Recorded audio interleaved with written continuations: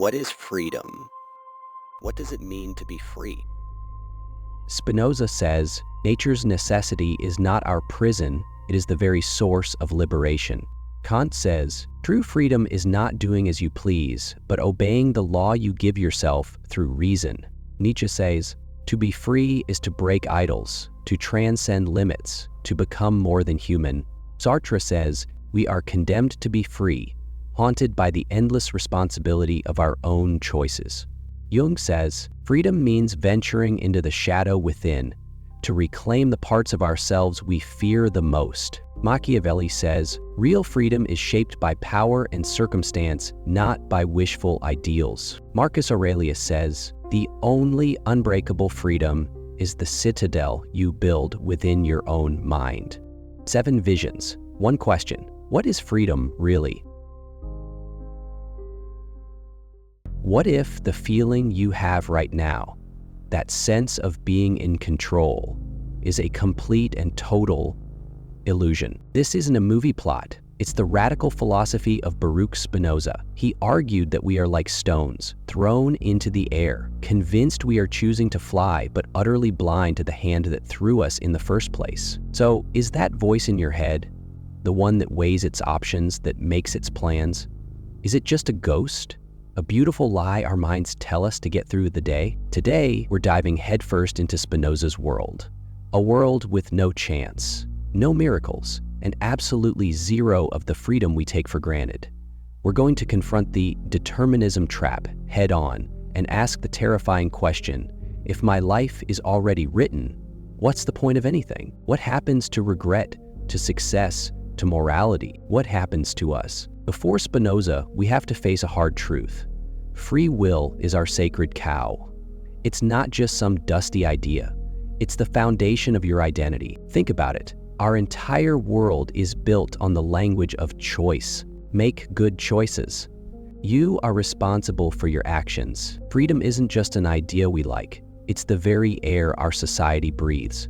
Take it away, and everything suffocates. Look at our legal system. It only works because we believe a criminal could have chosen differently. But what if they couldn't?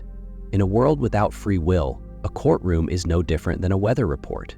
It's just documenting an inevitable storm. You don't get morally outraged at a hurricane, do you? You just deal with the damage. If human actions are just another force of nature, then praise and blame are as absurd as praising the sun for rising. Then there's our entire moral code. Good versus evil, virtue versus sin. It all hinges on choice. A hero is a hero because they could have run away, but didn't. A villain is a villain because they could have chosen a better path, but refused. Take away choice, and what is character? It isn't something you build, it's something that just happens to you.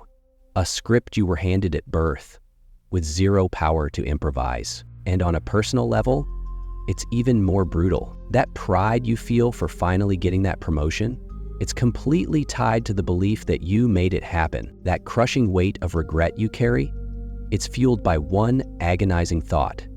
If only I had chosen differently. We need to believe we are the authors of our lives. The alternative, the idea that we are just readers, turning pages already written, is emotionally shattering. It makes our greatest victories feel hollow and our deepest sorrows feel utterly meaningless. This is the problem Spinoza shoves in our face. And into this world steps a 17th century outcast, ready to take a sledgehammer to it all. So who was this man? Who was brave enough or crazy enough to challenge our most sacred belief? Baruch Spinoza. Born in 1632 in the heart of Amsterdam, he was a brilliant young scholar, the rising star of his Jewish community. But Spinoza wasn't just a student, he was an interrogator. He devoured the new, revolutionary ideas of science and philosophy, and he started asking dangerous questions. Is the soul really immortal? Is God really some king on a throne, judging us? He didn't just question the answers, he questioned the very nature of God himself. In the 17th century, this was pure heresy. His own community, terrified, gave him an ultimatum: silence yourself or be cast out. He refused, and so, on July 27, 1656, the 23-year-old Spinoza was hit with a curse of terrifying cruelty. "Cursed be he by day, and cursed be he by night," it read. "The Lord shall blot out his name from under heaven." No one could speak to him, no one could read his work, no one could even come near him. The ban was never lifted. Alone, Spinoza took the name Benedictus, the Blessed One, and spent the rest of his life grinding lenses to survive, while perfecting a philosophy that would change the world. And here it is. The idea so dangerous it had to be published after he died. He took the image of God as a creator, separate from the world, and he destroyed it. For Spinoza, God and the universe were the exact same thing. One substance, one reality. He gave us a breathtakingly simple formula. Deus sive natura, God or nature. God isn't some puppeteer interfering with the world. God is the world. God is the unbreakable laws of physics, biology, and logic. As Einstein, a lifelong admirer, later put it, "I believe in Spinoza's God, who reveals himself in the orderly harmony of what exists, not in a God who concerns himself with the fates and actions of human beings." And this is the bombshell. This is what leads directly to determinism. If God is nature and nature runs on unbreakable laws, then everything that happens, from the birth of a star to the thought you're having right now, is a necessary, unavoidable link in an infinite chain. There's no room for miracles, no divine intervention, and no room for your free will. This is where we fall right into the trap. If the universe is one single system, God or nature, then every single event is determined, absolutely. In his masterpiece, The Ethics, he lays it out with the cold, brutal logic of a mathematical proof. Everything is a link in an infinite chain of cause and effect, stretching back to the dawn of time. So what about that feeling, that gut sense that you are making a choice? For Spinoza, this is our grand illusion.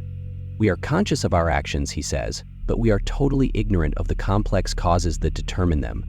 Our sense of freedom is born directly from that ignorance. He says, a crying baby thinks it freely wants milk. A drunk man thinks he freely speaks his mind.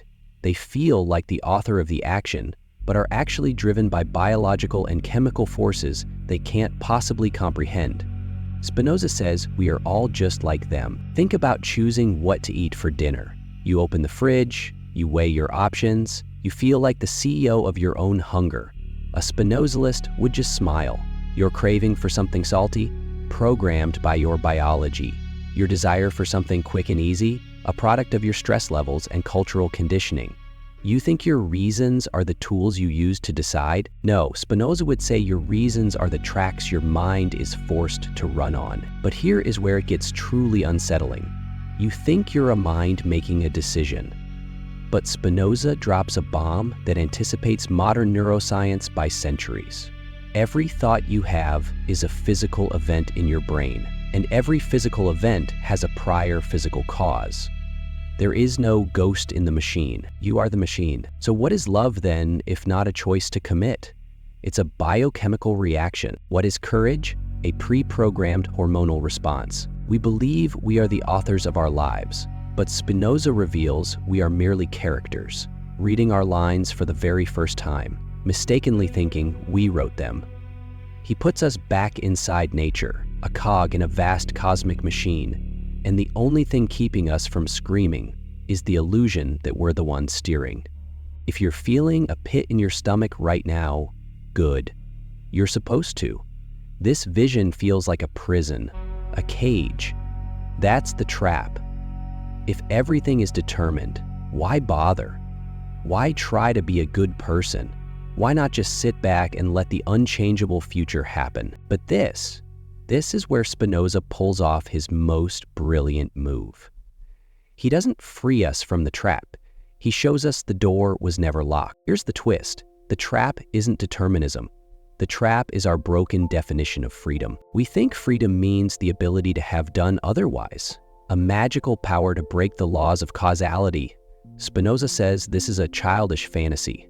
True freedom, he argues, has to be redefined. He says we must distinguish between being compelled by external causes and acting from the necessity of our own nature. Freedom isn't the absence of determination, it is self-determination. To be free is to act in perfect harmony with what you truly are. Most of the time, we aren't free at all. We are in what Spinoza calls bondage. We are ruled by our passions: anger, jealousy, fear. These are just blind reactions to external events. Someone insults you, you get angry. The outside world is pulling your strings, making you dance. So how do you cut them? The key is one word: knowledge. By understanding the causes that determine you, your biology, your psychology, your history, you shift from being a passive puppet to an active, self-aware person. The path to freedom is the path of reason. True freedom isn't doing whatever you want. It's the power that comes from understanding the necessity of everything. Think of a master pianist. Is she free? In one sense, no. Her fingers are bound by the 88 keys, by the notes on the page, by the laws of harmony. She can't just play any note she wants. But in a deeper, Spinozistic sense, she is the freest person in the room. Why? She has so completely mastered the rules that her will and the music have become one. True freedom is not the power to break the rules of reality, but the power that comes from mastering them. If we accept this new definition of freedom, it changes, well, everything. Our entire vocabulary of praise, blame, sin, and guilt must be thrown out. In a world where every action is necessary, blaming someone for doing wrong is as illogical as blaming a car for breaking down. Is the car evil? Of course not. It's the inevitable product of its parts and its history. Spinoza says the exact same is true for people. This perspective moves us from hot condemnation to cool compassion. The question is no longer, how could you do such a thing? It becomes, what causes led this person to a place where this action became inevitable? This doesn't mean we let dangerous people cause harm. We still stop them. But the goal is no longer revenge. The goal becomes fixing the causes, not just punishing the effects. This same logic transforms our inner world. Think about guilt, regret. We torture ourselves with "if only." For Spinoza, this is a form of profound ignorance. You could not have acted differently. To regret the past is to believe in a ghost of a choice you never actually had. This doesn't mean we don't learn from our mistakes. A rational person analyzes a past failure to understand its causes. You're not erasing a sin. You are debugging your own programming. The same goes for pride. Joy in your success is wonderful. But the ego of "I alone did this" is an illusion.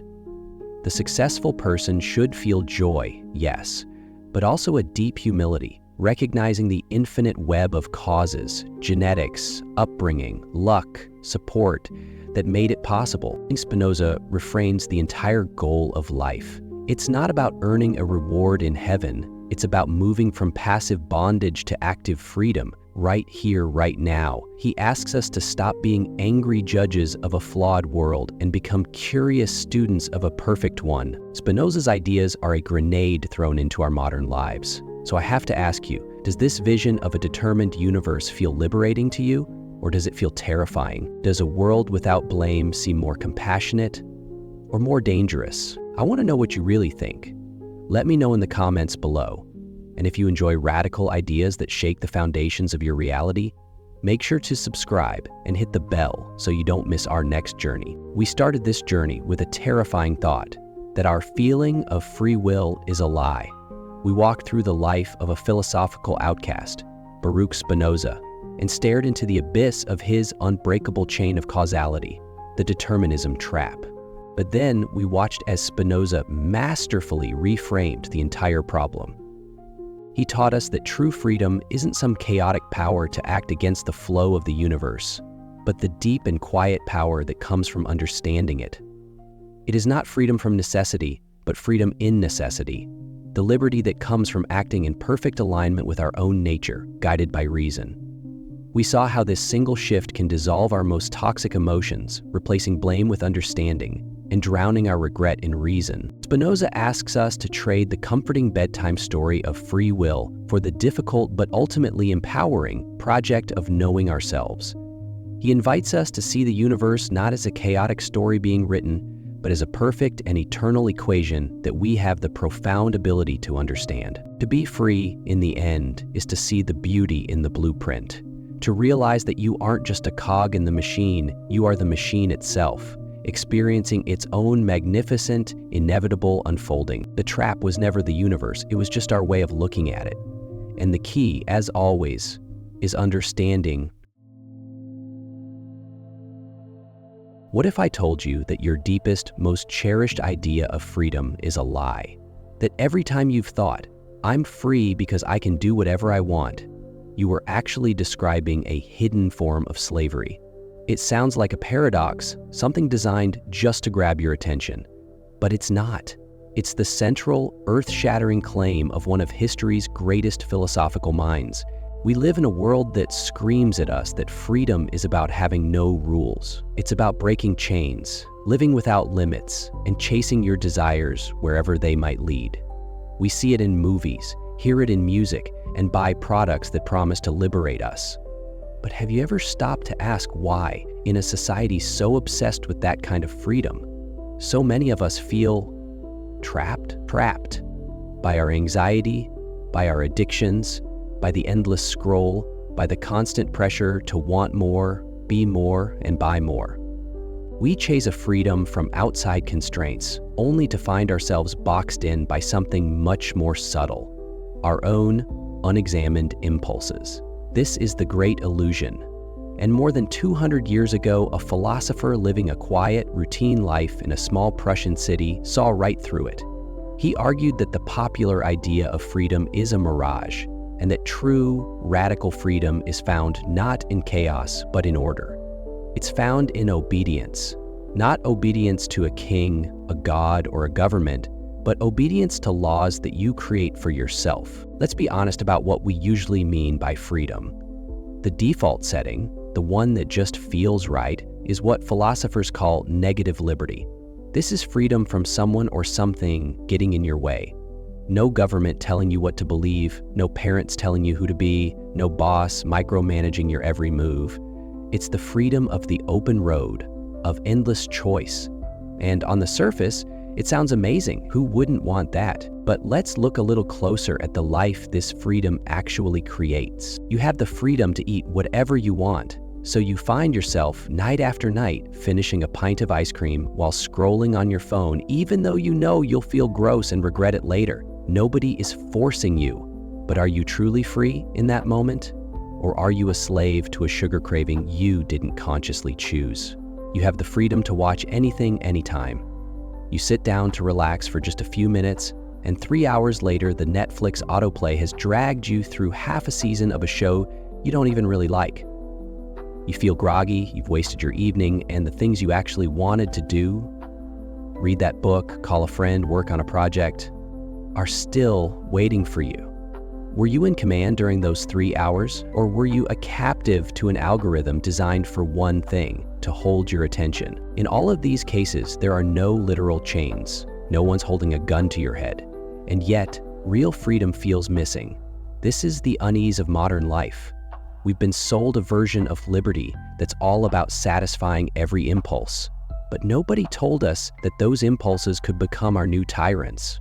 We think we're the masters of our lives, but we're often just puppets, with strings being pulled by forces we barely recognize. Our own biology, our unexamined habits, and the corporate interests that have gotten terrifyingly good at manufacturing desire. This is exactly what the German philosopher Immanuel Kant saw with stunning clarity. He realized that a life lived in service to your every whim isn't a life of freedom. The real question isn't whether you're free to act on your desires. The real question is, where do your desires come from? If they aren't chosen by you through conscious, rational thought, then you aren't free. You're just a leaf in the wind. You're living in a state Kant would call heteronomy. And understanding that one word is the first step toward a revolutionary vision of what it really means to be free. To find the solution to this modern trap, we have to go back to the 18th century, to the sleepy cobblestone city of Königsberg, Prussia. And we have to meet a man whose life looked anything but free. Immanuel Kant was a man of legendary routine. Seriously, people in his town were said to set their watches by his daily walks. His life was a monument to discipline and predictability, the total opposite of the spontaneous, rule-breaking freedom we celebrate today. He barely ever traveled. His days were meticulously planned around reading, writing, and thinking. And yet, from inside this fortress of routine, this man unleashed one of the most liberating ideas in history. Kant was writing during the Enlightenment, a time defined by the motto, sapere aude, or dare to know. Thinkers were challenging the authority of the church and kings, putting their faith in human reason instead. Kant was a huge part of this, but he also saw a problem. He realized that just getting rid of external bosses, like a king or a priest, wasn't the whole story. You could just replace them with new, internal bosses, the tyranny of your own passions, or the pressure of public opinion. This led him to his huge idea. He saw two ways of being. The first, as we mentioned, is heteronomy. The word comes from Greek heteros, meaning other, and nomos, meaning law. To be heteronomous is to be governed by a law that comes from outside of your own reason.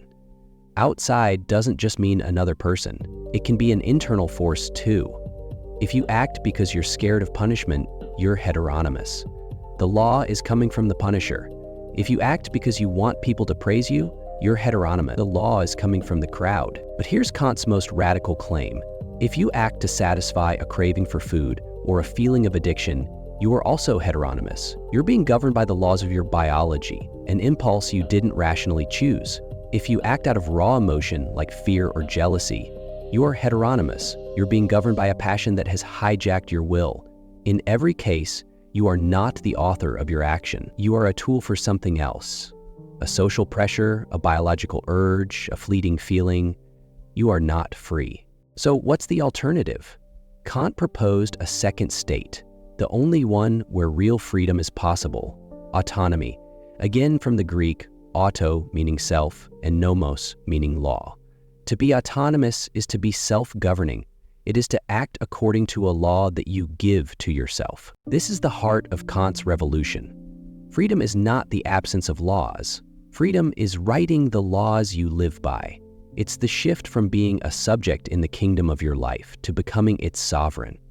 It's realizing that your rational mind has the power and the duty to decide on the principles that guide you, separate from your fickle desires or the pressures of the world. A truly free person, for Kant, isn't the one who does whatever they feel like. A truly free person is the one who uses their own reason to choose the principles they will live by, and then has the strength to stick to them. It's not about breaking rules. It's about becoming the ultimate rule maker for the most important territory of all, yourself. Okay, the idea that freedom means obeying your own laws can feel like a brain twister. How can following a rule possibly make you freer? Let's use a few analogies to make this powerful idea click. Imagine someone who wants the freedom to play the piano. They sit down thinking freedom means hitting any key they want whenever they want. They just bang on the keyboard, making a chaotic, ugly noise. In a way, they're free. No one is stopping them. But do they have the freedom to create beautiful music? To express deep emotion through a melody? Not a chance. Their freedom is actually a prison of incompetence. They are a slave to their own lack of skill. Now think of a master pianist. This person has spent thousands of hours in disciplined practice. They have obediently followed the laws of music, the rules of scales, chords, and harmony. They have constrained themselves day after day. But what's the result of all that obedience? It's a higher freedom. The master pianist can sit down and make the instrument sing. They can play a complex sonata or improvise a breathtaking jazz solo. Their obedience to the laws of music hasn't trapped them. It has liberated them. It has given them the power to create and express themselves. This is Kantian autonomy in action. The musician freely chooses to adopt the laws of music, and by doing so, becomes the author of something beautiful. Or how about an elite athlete? Think of an Olympic swimmer. Do they get to be free in the water by just splashing around however they feel? Of course not. They achieve their freedom, the freedom to fly through the water with incredible speed and grace through intense self-legislation. The athlete becomes their own lawmaker. They write a law for themselves that says, I will wake up at 5 a.m. every single day. They write another, I will follow this exact nutritional plan. And another, I will push my body to its absolute limit even when it hurts. These are demanding laws. Obeying them means constantly overriding the impulse to sleep in, the craving for junk food, or the urge to quit. This athlete is in a constant state of obedience. But are they a slave? No, they are the freest person in the pool. Their obedience to their own self-imposed laws has given them a power that seems almost superhuman. They wrote the rules that transformed them. They are governed by the self-law of their own ambition, not the other law of laziness or passing desire. This is the choice Kant puts in front of us. We can live a life of heteronomy, bounced around by our impulses and moods like the novice banging on the piano, or we can choose autonomy. We could become the architects of our own character, the composers of our own lives, by setting down the rational principles we want to live by. It's the harder path, for sure, but it's the only one that leads to a freedom that's real and lasting. This all leads to a pretty crucial question. Okay, so I need to create my own laws. Does that mean I can just make up any rule I want? If freedom is obeying my own law, can my law be, I'm free to lie whenever it helps me? How is this not just a recipe for selfish chaos? This is where Kant brings in his master tool, his filter for creating good rational laws. It's probably the most famous idea in his entire philosophy, the categorical imperative. It sounds intimidating, but the core idea is incredibly powerful. First, let's quickly touch on what he meant by an imperative. It's just a command. Kant said there are two types. The first is a hypothetical imperative. This is an if-then command based on a desire. For example, if you want to be a good lawyer, then you must study for the exam. The command to study only applies if you want to be a lawyer. Most of life runs on these. Kant thought a life run only by these wasn't truly free, because you haven't rationally chosen the wants in the first place. Then there's the categorical imperative. This command is different. It's unconditional. It's absolute. It's a command that applies to everyone, in all situations, no matter what they want. For Kant, this was the voice of pure reason. He phrased it a few ways, but the most famous version is the formula of universal law. Act only according to that maxim, whereby you can at the same time will that it should become a universal law. Let's break that down. A maxim is just your personal rule for what you're about to do. It's your intention. Let's say you're thinking about lying to get out of an awkward situation. Your maxim is, when I'm in a tough spot, I'll tell a lie to make my life easier. Now comes Kant's test. Imagine your maxim becomes a universal law of nature, like gravity. Imagine a world where everyone, by default, has to follow your rule. Everyone everywhere tells a lie whenever they're in a jam. What happens to that world? Pretty quickly, the whole idea of truth just falls apart.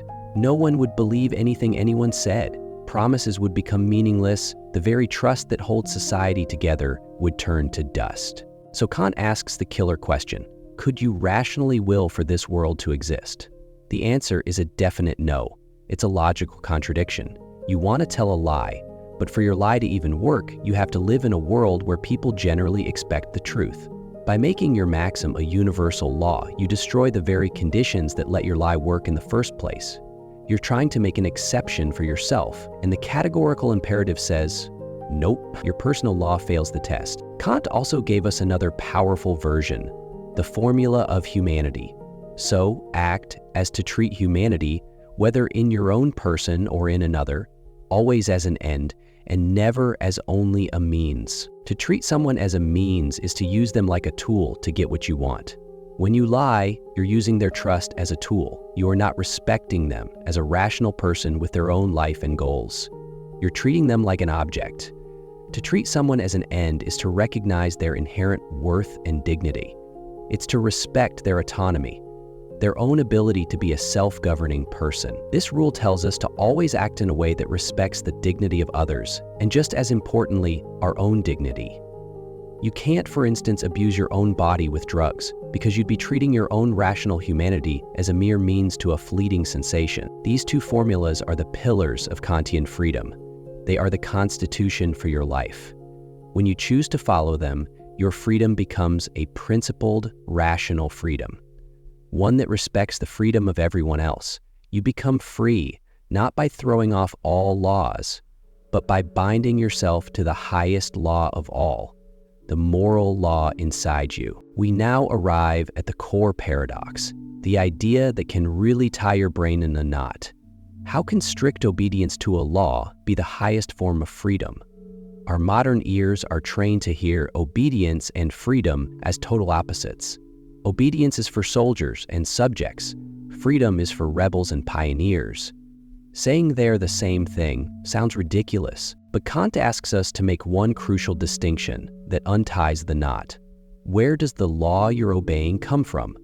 Everything depends on the answer. When you obey a law forced on you by something or someone else, you are indeed unfree. If you follow a command because a dictator threatens you, you're a slave to the dictator. If you change your behavior just to fit in, you're a slave to public opinion. If you can't stop checking your phone every 2 minutes, you're a slave to a dopamine loop. In all these cases, the law of your action comes from the other. From the world of heteronomy, this is the obedience of a slave. But what happens when the lawmaker and the person following the law are one and the same? What happens when you, through your own rational thought, choose a principle and then bind yourself to it? This, Kant argues, is a totally different kind of obedience. It's not the obedience of a slave, but the obedience of a king. Think about it. A just and wise king isn't lawless. He doesn't act on every random whim. A wise king establishes a fair constitution and then, this is the most important part, holds himself accountable to that constitution. He freely chooses to submit to the very laws he created because he knows it's the only way to have a flourishing kingdom. Is the king a slave for following his own laws? Of course not. His willing submission to his own rational principles is the ultimate sign of his sovereignty.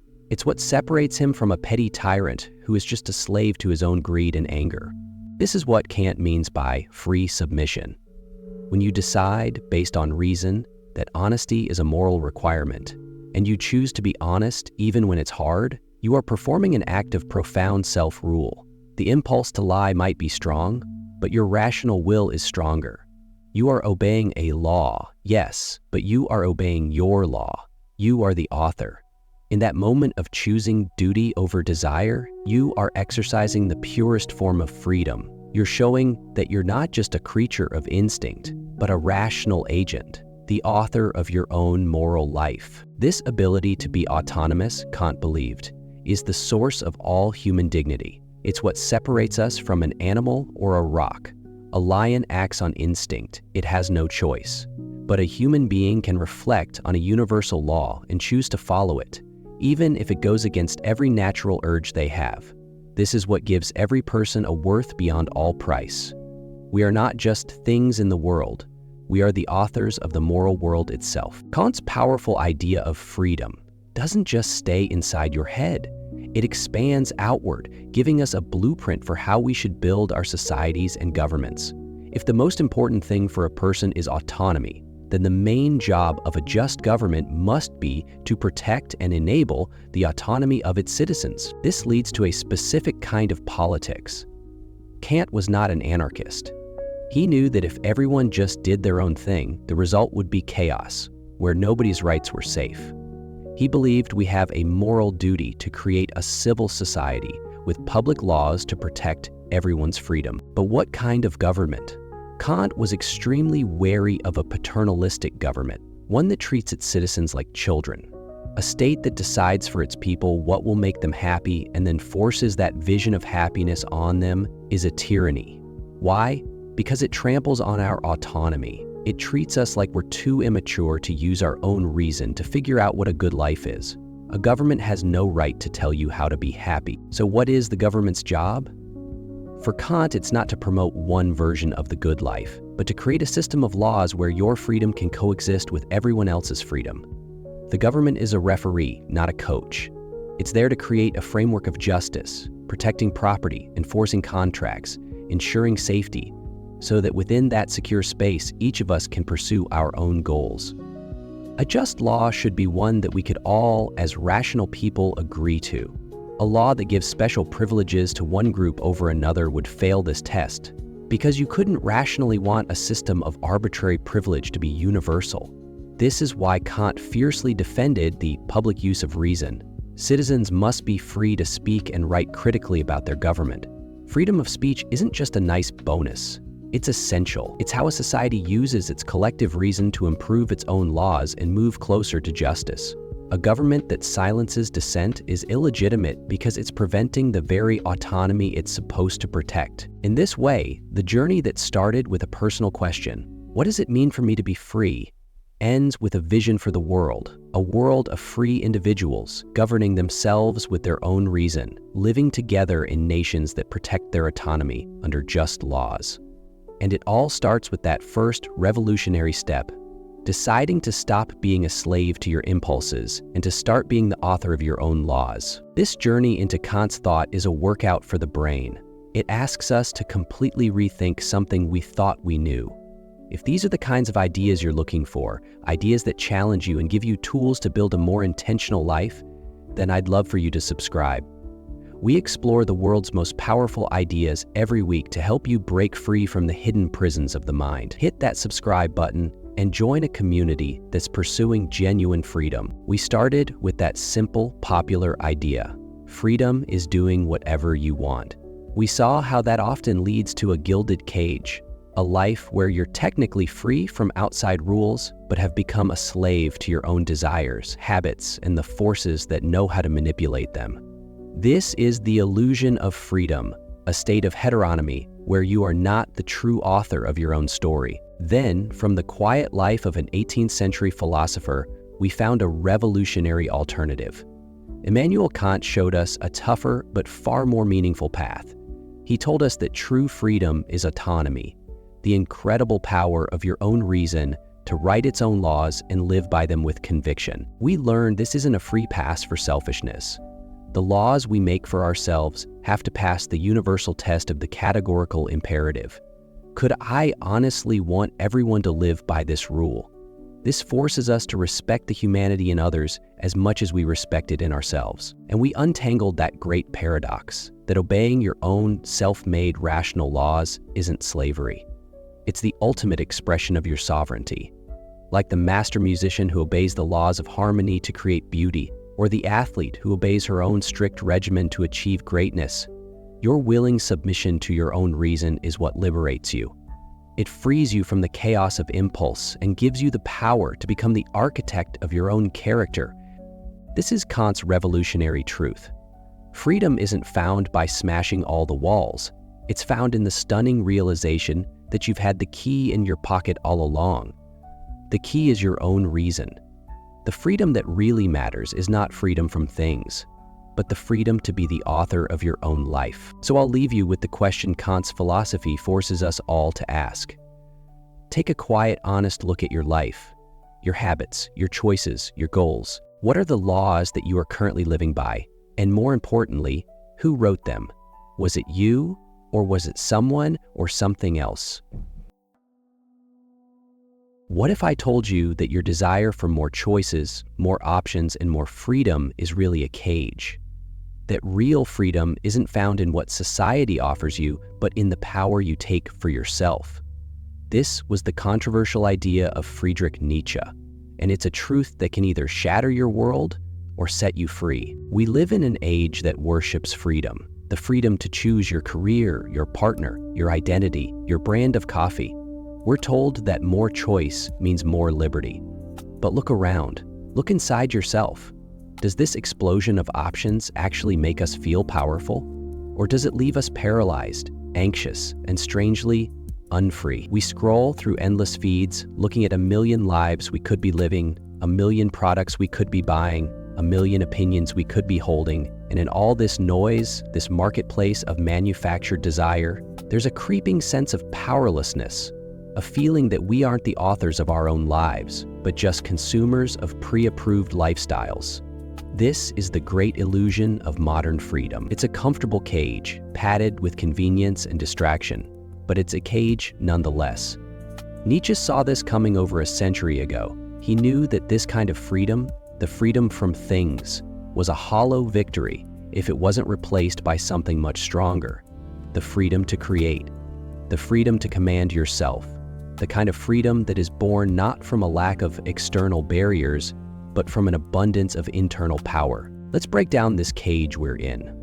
We call it freedom, but it works more like a very sophisticated kind of slavery.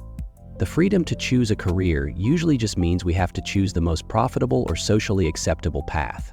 A path that chains us to desks and institutions for decades, doing work that deadens our spirit, all for the freedom to buy a lifestyle that was marketed to us. We're free to express ourselves, as long as that expression stays within the shifting boundaries of what's acceptable, policed not by a dictator, but by the invisible, ever-watching eye of the collective, what Nietzsche called the herd. This is the quiet tyranny of herd morality.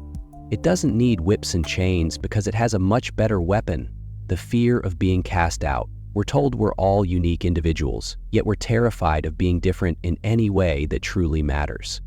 We customize our profiles and our consumer choices to project an image of individuality, but these are just surface-level tweaks on the same basic theme. The core values, comfort, safety, social approval, avoiding pain, stay rigidly the same. We think we're choosing our own path, but most of the time, we're just choosing which part of the herd we want to graze with. This isn't freedom, it's choosing your master. Is your master going to be corporate ambition, your political tribe, your online persona, the desperate need for likes from strangers? Each of these offers a ready-made purpose and a sense of belonging. In return, they demand you conform. They demand you outsource the job of creating your own values. You're handed a script for the good life, and your only freedom is in how well you play your part. The result is a deep, gnawing anxiety, a feeling of being a total phony. It's the feeling of being a passenger in your own life, just watching the scenery go by, wondering who's actually driving. It's the quiet desperation that sinks in when you realize all your choices have led you somewhere you never even wanted to go. You have 1,000 channels and nothing to watch, 1,000 online friends and no real connection, 1,000 opportunities and no compelling reason to go after any of them. This is what modern powerlessness looks like. It's a freedom that has been declawed, domesticated, and made safe.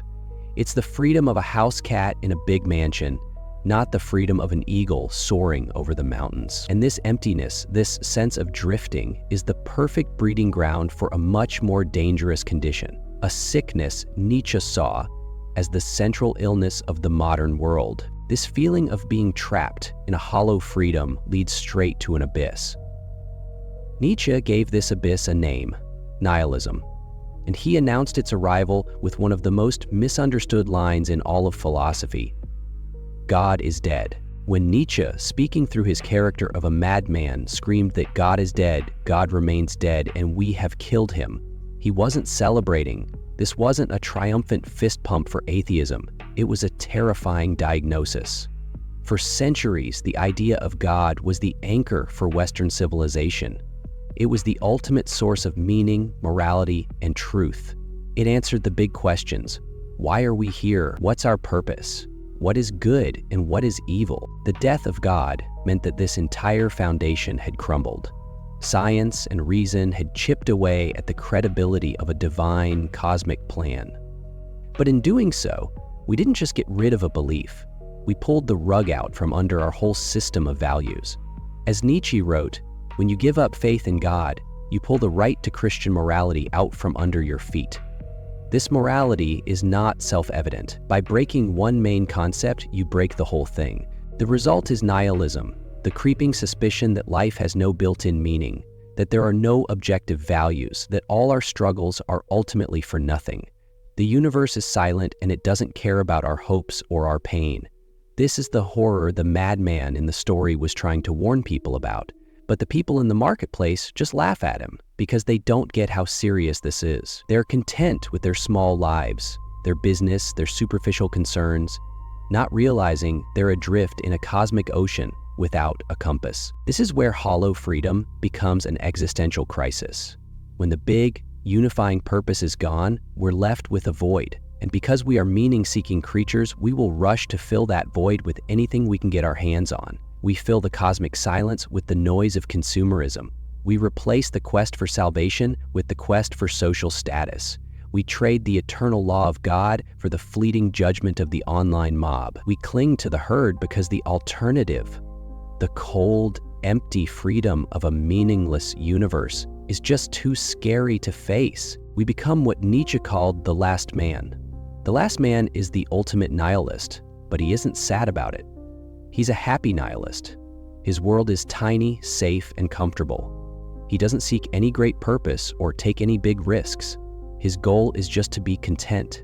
He has his little poison for the day and a little poison for the night. He blinks. He's perfectly adapted to a world without meaning because he demands nothing from it beyond his own small comfort. For Nietzsche, the triumph of the last man would be the end of human greatness. So this is the real problem. That feeling of powerlessness isn't just a personal frustration. It's a symptom of a much deeper philosophical sickness. The illusion of freedom is the drug that keeps us from feeling the terror of our own meaninglessness. We're caught between the cage of the herd and the abyss of nihilism. But for Nietzsche, this moment of ultimate danger was also the moment of ultimate opportunity, because once you stare into that abyss and it stares back, once you accept that the old values are dead, you are finally free to do the most terrifying and exhilarating thing a human can do: create your own. This is where the will to power comes in, not as some abstract idea, but as the only way out. So, what exactly is this will to power? It's probably Nietzsche's most famous, most powerful, and most dangerously misunderstood idea. The phrase itself makes you think of tyrants, brutal domination, and the strong crushing the weak. That interpretation, infamously twisted and used by the Nazis, is a disgusting caricature of what Nietzsche actually meant. He was, in fact, a fierce critic of German nationalism and anti-Semitism. To think the will to power is just about bullying or political control is to miss the entire point. Before we get to what the will to power is, let's be crystal clear on what it is not. It is not, at its core, power over other people. The person who desperately needs to control others is often, in Nietzsche's view, the weakest of all, because their sense of self depends entirely on others submitting to them. They're slaves to their need for validation. At its core, the will to power is power too. It's the power to control yourself, to shape your own character, to overcome your own weaknesses. It's the power to create, starting with the world inside you. Nietzsche saw this drive as the basic engine of all existence. He thought it explained our behavior better than Darwin's will to survive. After all, people constantly risk their survival for something more, for honor, love, a cause, for growth. Life, Nietzsche said, told him a secret. Behold, I am that which must always overcome itself. Think of a seed. A seed doesn't just want to survive. It actively works to grow. It pushes through hard soil, fights against the dark, and stretches toward the sun. It wants to express its own inner force, to expand, to become more than it is. This is the will to power in its purest form. The natural drive of all things to discharge their strength, to grow, and to overcome resistance. It is an unexhausted, procreative will of life. In humans, this drive is psychological. The will to power is the drive for self-mastery. It's the struggle to take the chaos of your own instincts, passions, and desires and shape them into a focused, coherent whole. It's not about crushing your drives. Nietzsche hated that idea. But about organizing them, channeling them, and pointing them toward a goal of your own creation. The artist who turns their suffering into a masterpiece is using their will to power. The athlete who pushes their body past exhaustion to set a new record is using their will to power. The philosopher who shatters old ways of thinking to build a new vision of the world is using their will to power. It's a process of constant self-overcoming. Freedom, in this light, isn't a state you just have. It's a perpetual struggle. It's the ongoing war you fight against your own laziness, your own fear, your own conformity. Every time you choose the hard, growth-oriented path over the easy, stagnant one, you are flexing your will to power. This is why Nietzsche saw suffering not as a reason to hate life, but as a necessary part of it. Resistance is required for growth. A muscle only grows when you strain it. A character only deepens when it's tested. What does not kill me makes me stronger isn't just a tough guy slogan. It's a direct description of how the will to power works. To want a life without any obstacles is to want a life without any strength. So the solution to the cage of modern freedom and the abyss of nihilism isn't a new political system or a new religion. It's about awakening this force inside every person capable of hearing the call. It's realizing that you have the power to create meaning, to impose your will on the chaos of your own life, and to sculpt yourself into something stronger. It is the power to become who you are. This is how you seize your freedom. From a Nietzschean view, true freedom isn't something you're given. It's not a right handed to you by a government or a society. It's something you have to forge for yourself in the fires of discipline and self-struggle. Freedom isn't a destination. It's a conquest you're always fighting for.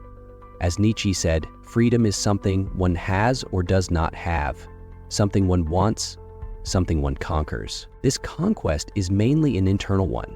It's a war for control over the territory of your own soul. Most of us aren't a unified self. We're a chaotic committee of competing drives, fears, and secondhand beliefs. One part of you wants security, another wants adventure. One part wants to be liked, another wants to be left alone. To be unfree is to be at the mercy of this internal chaos, pulled in 100 directions at once, a slave to whichever impulse is shouting the loudest. The process of becoming free is the process of bringing order to this chaos. It's about becoming the master in your own house. This isn't about destroying your passions. Nietzsche was dead set against denying life.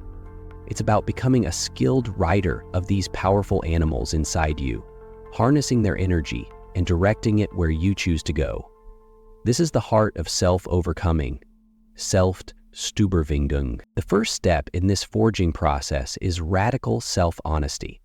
You have to look right at your own weaknesses. What's your main form of slavery?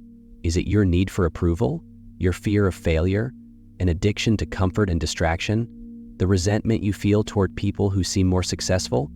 This is your inner tyrant, the force that keeps you small.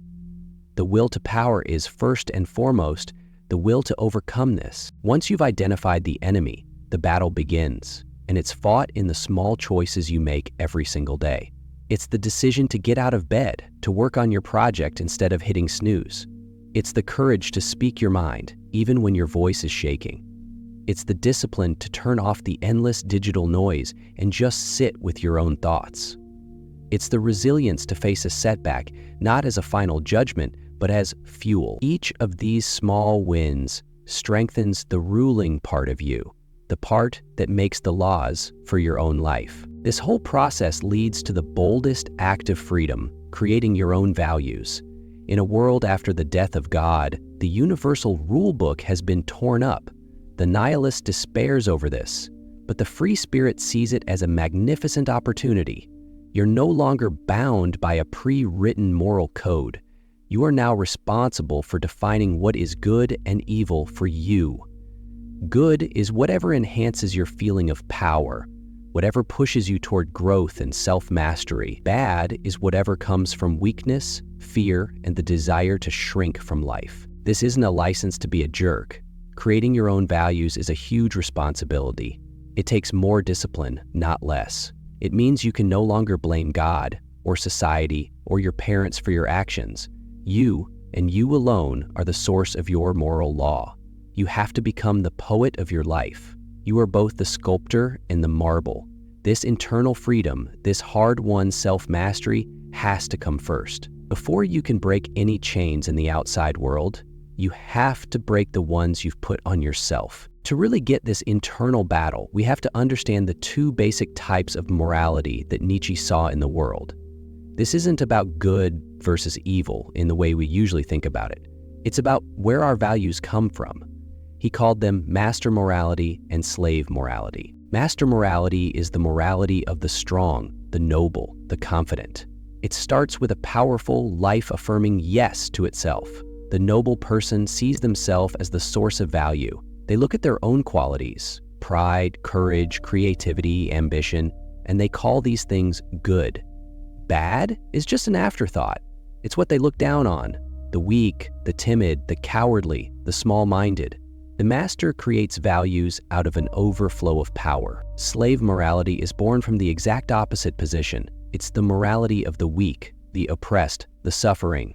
Its first move isn't a yes to itself, but a bitter no to everything outside of it.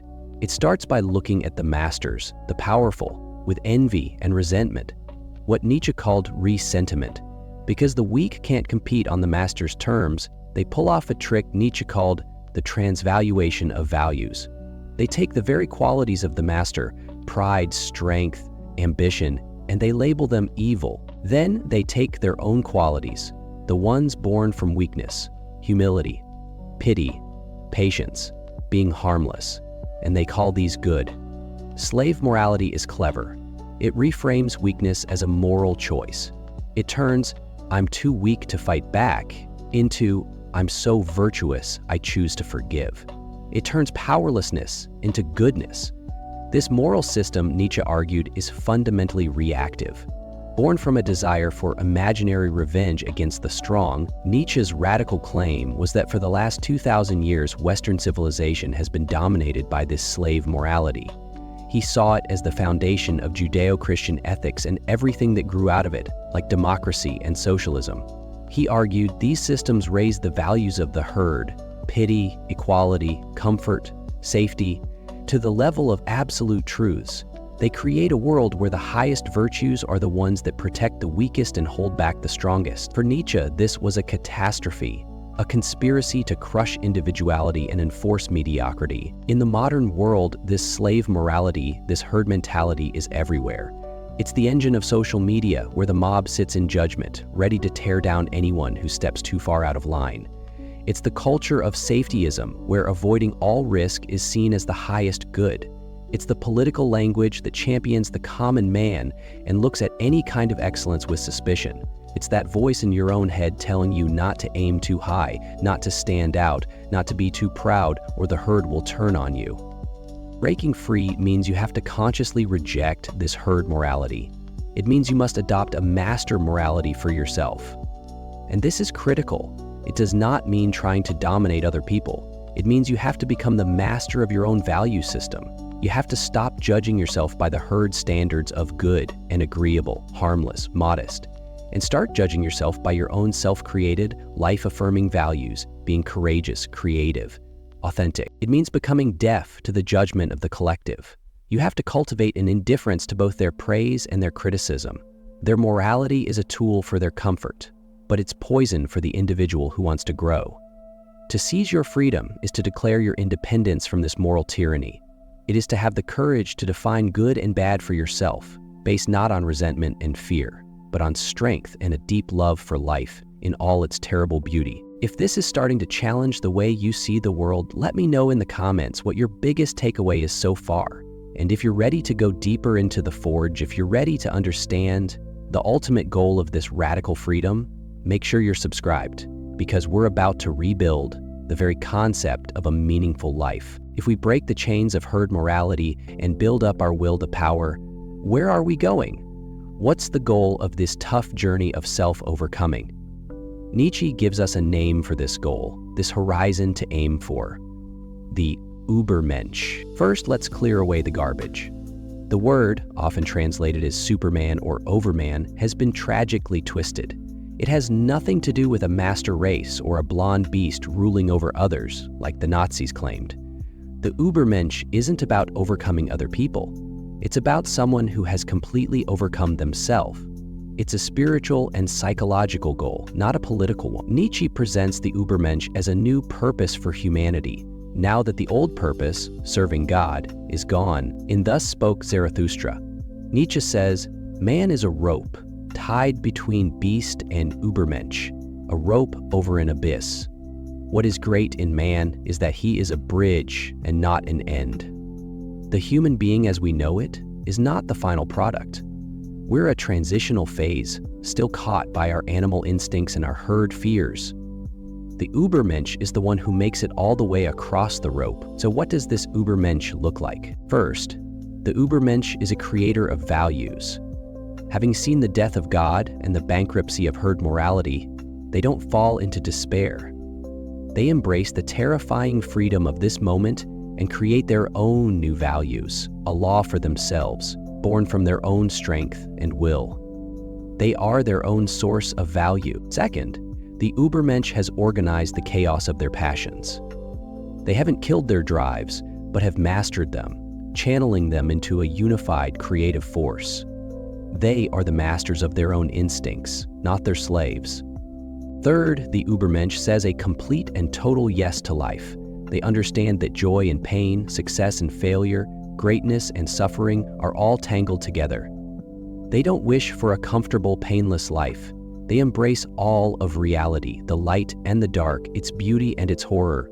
They are a yes-sayer. To explain this transformation, Nietzsche uses a powerful story, the three metamorphoses of the spirit. First, the spirit becomes a camel, kneeling down to take on heavy burdens, duty, tradition, old values. Then, in the desert, the spirit becomes a lion. The lion must fight a great dragon named Thou Shalt, the embodiment of all herd morality. The lion's sacred no clears the way for a new creation. But even the lion can't create new values. For that, one last transformation is needed. The spirit must become a child. The child is innocence, a new beginning, a game, a sacred yes. Only the child can create something new. The Übermensch is the spirit that has gone through all three stages. It's vital to understand that the Übermensch is an ideal, a direction for us to strive toward. It is the answer to the question that the death of God leaves us with. Must we ourselves not become gods simply to appear worthy of it? The Übermensch is the human being who dares to take on the godlike responsibility of creating meaning right here on earth. This is the ultimate freedom, not just to follow a path, but to create the path itself. And this life-affirming creator is able to face the most profound test Nietzsche could ever imagine. What is the ultimate test of a life lived with power and freedom? How can you know if you've truly become the master of your own life? Nietzsche offers a devastatingly simple yet profound thought experiment. He calls it the eternal recurrence. Imagine that one night, a demon sneaks into your loneliest moment and says to you, "This life as you now live it and have lived it, you will have to live once more and countless times more. And there will be nothing new in it, but every pain and every joy and every thought and sigh will have to return to you, all in the same order." How would you react? Wouldn't you throw yourself down, grind your teeth and curse the demon? This thought would crush most people. It would expose every single regret, every moment of cowardice, every compromise, every second you lived as a phony. To be doomed to repeat a life of quiet desperation for all eternity is the very definition of hell. But, Nietzsche asks, what if you had a different answer? What if you replied, "You are a god and never have I heard anything more divine"? For the person who has achieved true freedom, for the Übermensch, this thought isn't a curse, it's the ultimate blessing. This is the essence of amor fati, the love of one's fate. Amor fati isn't just passively accepting your fate, it goes way beyond that. As Nietzsche writes, his formula for greatness is that one wants nothing to be different, not forward, not backward, not in all eternity, not merely bear what is necessary, but love it. To practice amor fati is to embrace everything that has ever happened to you, the good and the bad, the triumphs and the tragedies, as necessary parts of who you are. It is to understand, as Nietzsche did, that great pain is the ultimate liberator of the spirit. You look back at your deepest wounds and failures, and you don't wish them away. Instead, you see them as the very things that forged your strength and deepened your character. You affirm that even your biggest mistakes had their own meaning. This is the ultimate expression of the will to power. It's the power to look at your entire life, with all its chaotic, random, and often brutal moments, and not just accept it, but to will it, to love it so much that you would joyfully choose to live it again and again, forever. It's to say yes to a single moment of profound happiness, and in doing so, say yes to all of eternity, because you realize that all of eternity was needed to create that one moment. This is the final break from slave morality, which is built on the idea that this world is flawed and that our true reward is somewhere else. Amor fati says that this life, right here, right now, is the only one that matters. And the free spirit loves it so fiercely that they'd sign up to live it again and again. This is the peak of freedom. It's freedom from regret, from resentment, from wishing things were different. It's the power to redeem your own past by affirming it in the present. When you can honestly face the demon of eternal recurrence and welcome its message, you know you have truly seized your freedom. You have become the master of your fate because you have learned to love it. Now we have to face the most challenging and, to some, the most offensive part of Nietzsche's philosophy. If this path to freedom is so powerful, why isn't it for everyone? The blunt and uncomfortable answer, in Nietzsche's view, is that it simply can't be. He saw freedom not as a universal human right, but as a rare and difficult prize, won only by a few. Nietzsche was a radical anti-egalitarian. He did not believe that human beings were created equal in their strength, their drive, or their will. He saw every society as a natural hierarchy. In his view, there are the higher men, the rare individuals with the potential for creativity and self-mastery, and then there is the herd, the vast majority who, he believed, lack the stomach for the hard journey of self-overcoming and would rather have the comfort and security of the group. This isn't so much a judgment as it is a diagnosis from his perspective. He argued that most people do not want the kind of freedom he's talking about. It's a terrifying responsibility. It means taking full ownership of your life, living without the guardrails of traditional morality, and constantly fighting against yourself. The herd, he thought, wants the opposite: to be led, to be told what to believe, and to be protected from danger. In Nietzsche's eyes, modern democratic values are the political expression of this herd instinct, designed to prioritize the safety of the majority over the flourishing of the exceptional. Therefore, for Nietzsche, freedom is the privilege of the strong. But we have to be clear about what strong means here. It's not the brute force of a bully, it's the spiritual and psychological strength of the person who has the will to overcome the greatest resistance. Freedom, he says, is measured by the resistance you have to overcome. The highest type of free men, he wrote, should be sought where the highest resistance is constantly overcome, 5 steps from tyranny, close to the threshold of the danger of servitude. This strength is the capacity for immense self-discipline, the courage to stand alone, and the fire to create a new path where there was none before. People with this strength, these free spirits, are by their very nature rare. Society, Nietzsche controversially suggested, doesn't exist for its own sake, but as a kind of scaffolding to produce these exceptional individuals, the artists, the saints, the philosophers, who justify the entire human project. This is a deeply aristocratic and esoteric vision. Nietzsche isn't writing for everybody. He's writing for those potential higher men, trying to wake them up to the idea that the morality of the herd is a poison specifically designed to stop them from becoming great. So what does this mean for social and political freedom? It means the truly free individual stands apart from the political games of the herd. They are indifferent to the squabbles between different political parties, seeing them all as different flavors of the same herd instinct. The free person is a warrior, but their main war is with themselves. They understand that great danger is what forges great people, and that the modern obsession with eliminating all risk and hardship is also a desire to eliminate the very conditions necessary for greatness. This is the brutal reality of Nietzschean freedom. It's not a plan for a perfect society. It's a private, lonely path for the few who are strong enough to walk it. Philosophy is useless if it just stays in a book. The power of Nietzsche's ideas is in how they can change you. So how do we actually start to apply this stuff? How do we take the first step? This isn't a simple checklist for happiness. It's a blueprint for a difficult, lifelong war against mediocrity, starting with the mediocrity inside you. Step 1. Confront your nihilism. First, you have to diagnose the problem. Have the courage to face the potential meaninglessness of your own life. Turn off the noise, stop binge watching and doom scrolling. Sit in silence and ask the hard questions. Where does my purpose come from? Is it really mine, or did I just borrow it from my parents, my culture, my social media feed? What am I distracting myself from? Am I actually fulfilled, or am I just comfortable? Facing this void is terrifying, but it's the only place to start. You can't build on a rotten foundation. Step 2. Identify your herd and its morality. Become an anthropologist of your own life.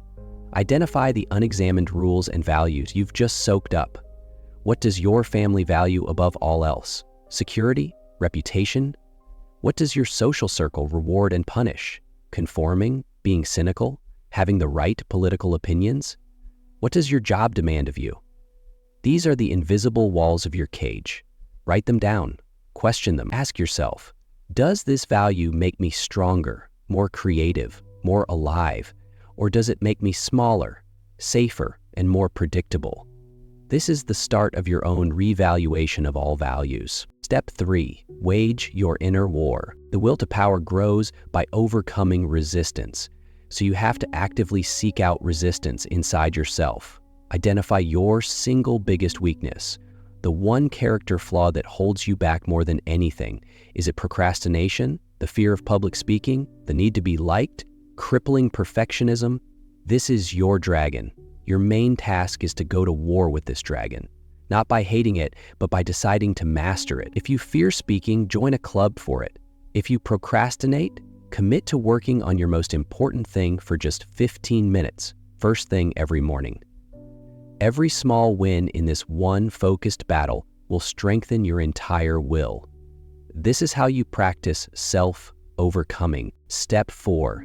Create your own table of values. Once you start clearing away the junk of herd morality, you have to build something new. This is the most creative part. Sit down and write your own commandments. What do you, in your deepest self, hold sacred? Your list might include things like courage over comfort, authenticity over approval, discipline over distraction, growth over safety, creating over consuming. Define what these mean for you in real-world terms. This becomes your personal code, your new North Star. It's the law you impose on yourself, which is the only law a free spirit truly follows. Step 5. Practice amor fati. This is the daily practice of loving your fate. Start small. Take one past event you think of as a failure. Instead of wishing it never happened, force yourself to list the good things that came out of it. What did you learn? What strength did you gain? Extend this to today. When you hit an obstacle, your first thought shouldn't be, why me? But how can I use this? What opportunity does this give me? Treat every moment, no matter how hard, as something to be embraced, not dodged. Learn to say yes to your life exactly as it is, because you are the sum of all of it. This is the path to loving your fate. This is not a quick fix. This is the work of a lifetime. It's a path of constant struggle and creation, but it is the only path that leads to the kind of freedom that matters, the freedom that is forged, not found. We started with the question, what if your idea of freedom was actually a cage? We've explored Nietzsche's radical answer, that true freedom isn't about having fewer rules on the outside, but about having more power on the inside. It's not found in the endless choices the world offers us, but in the difficult, lonely act of creating ourselves. We've seen that the modern feeling of being powerless is a symptom of a deeper nihilism born from the death of God. The solution isn't to find a new master or a comfier cage, but to awaken the most basic drive within us, the will to power.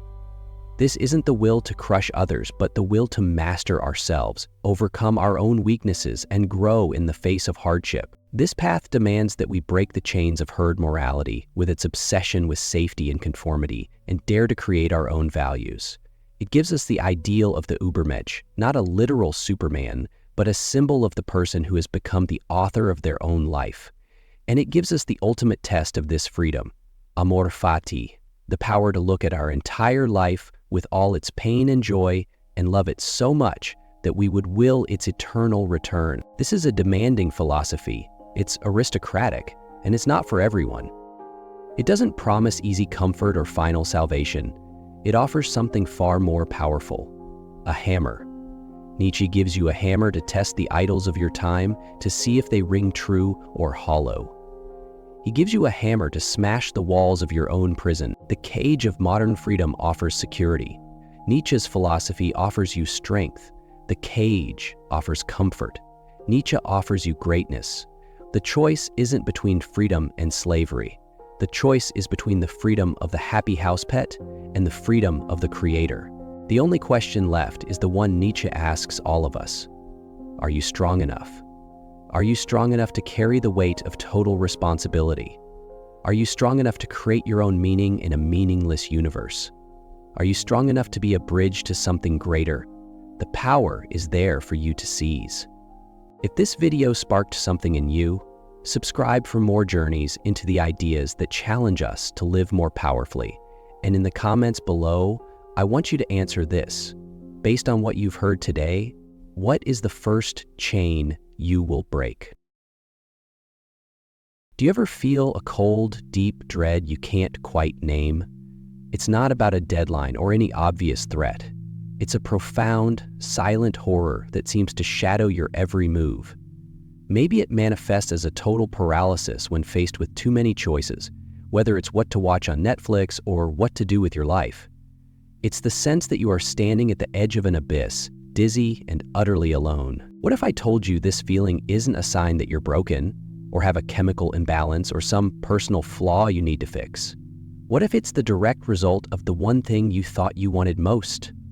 Your freedom. The 20th century philosopher Jean-Paul Sartre, a titan of existentialism, unearthed a radical and deeply nightmarish idea.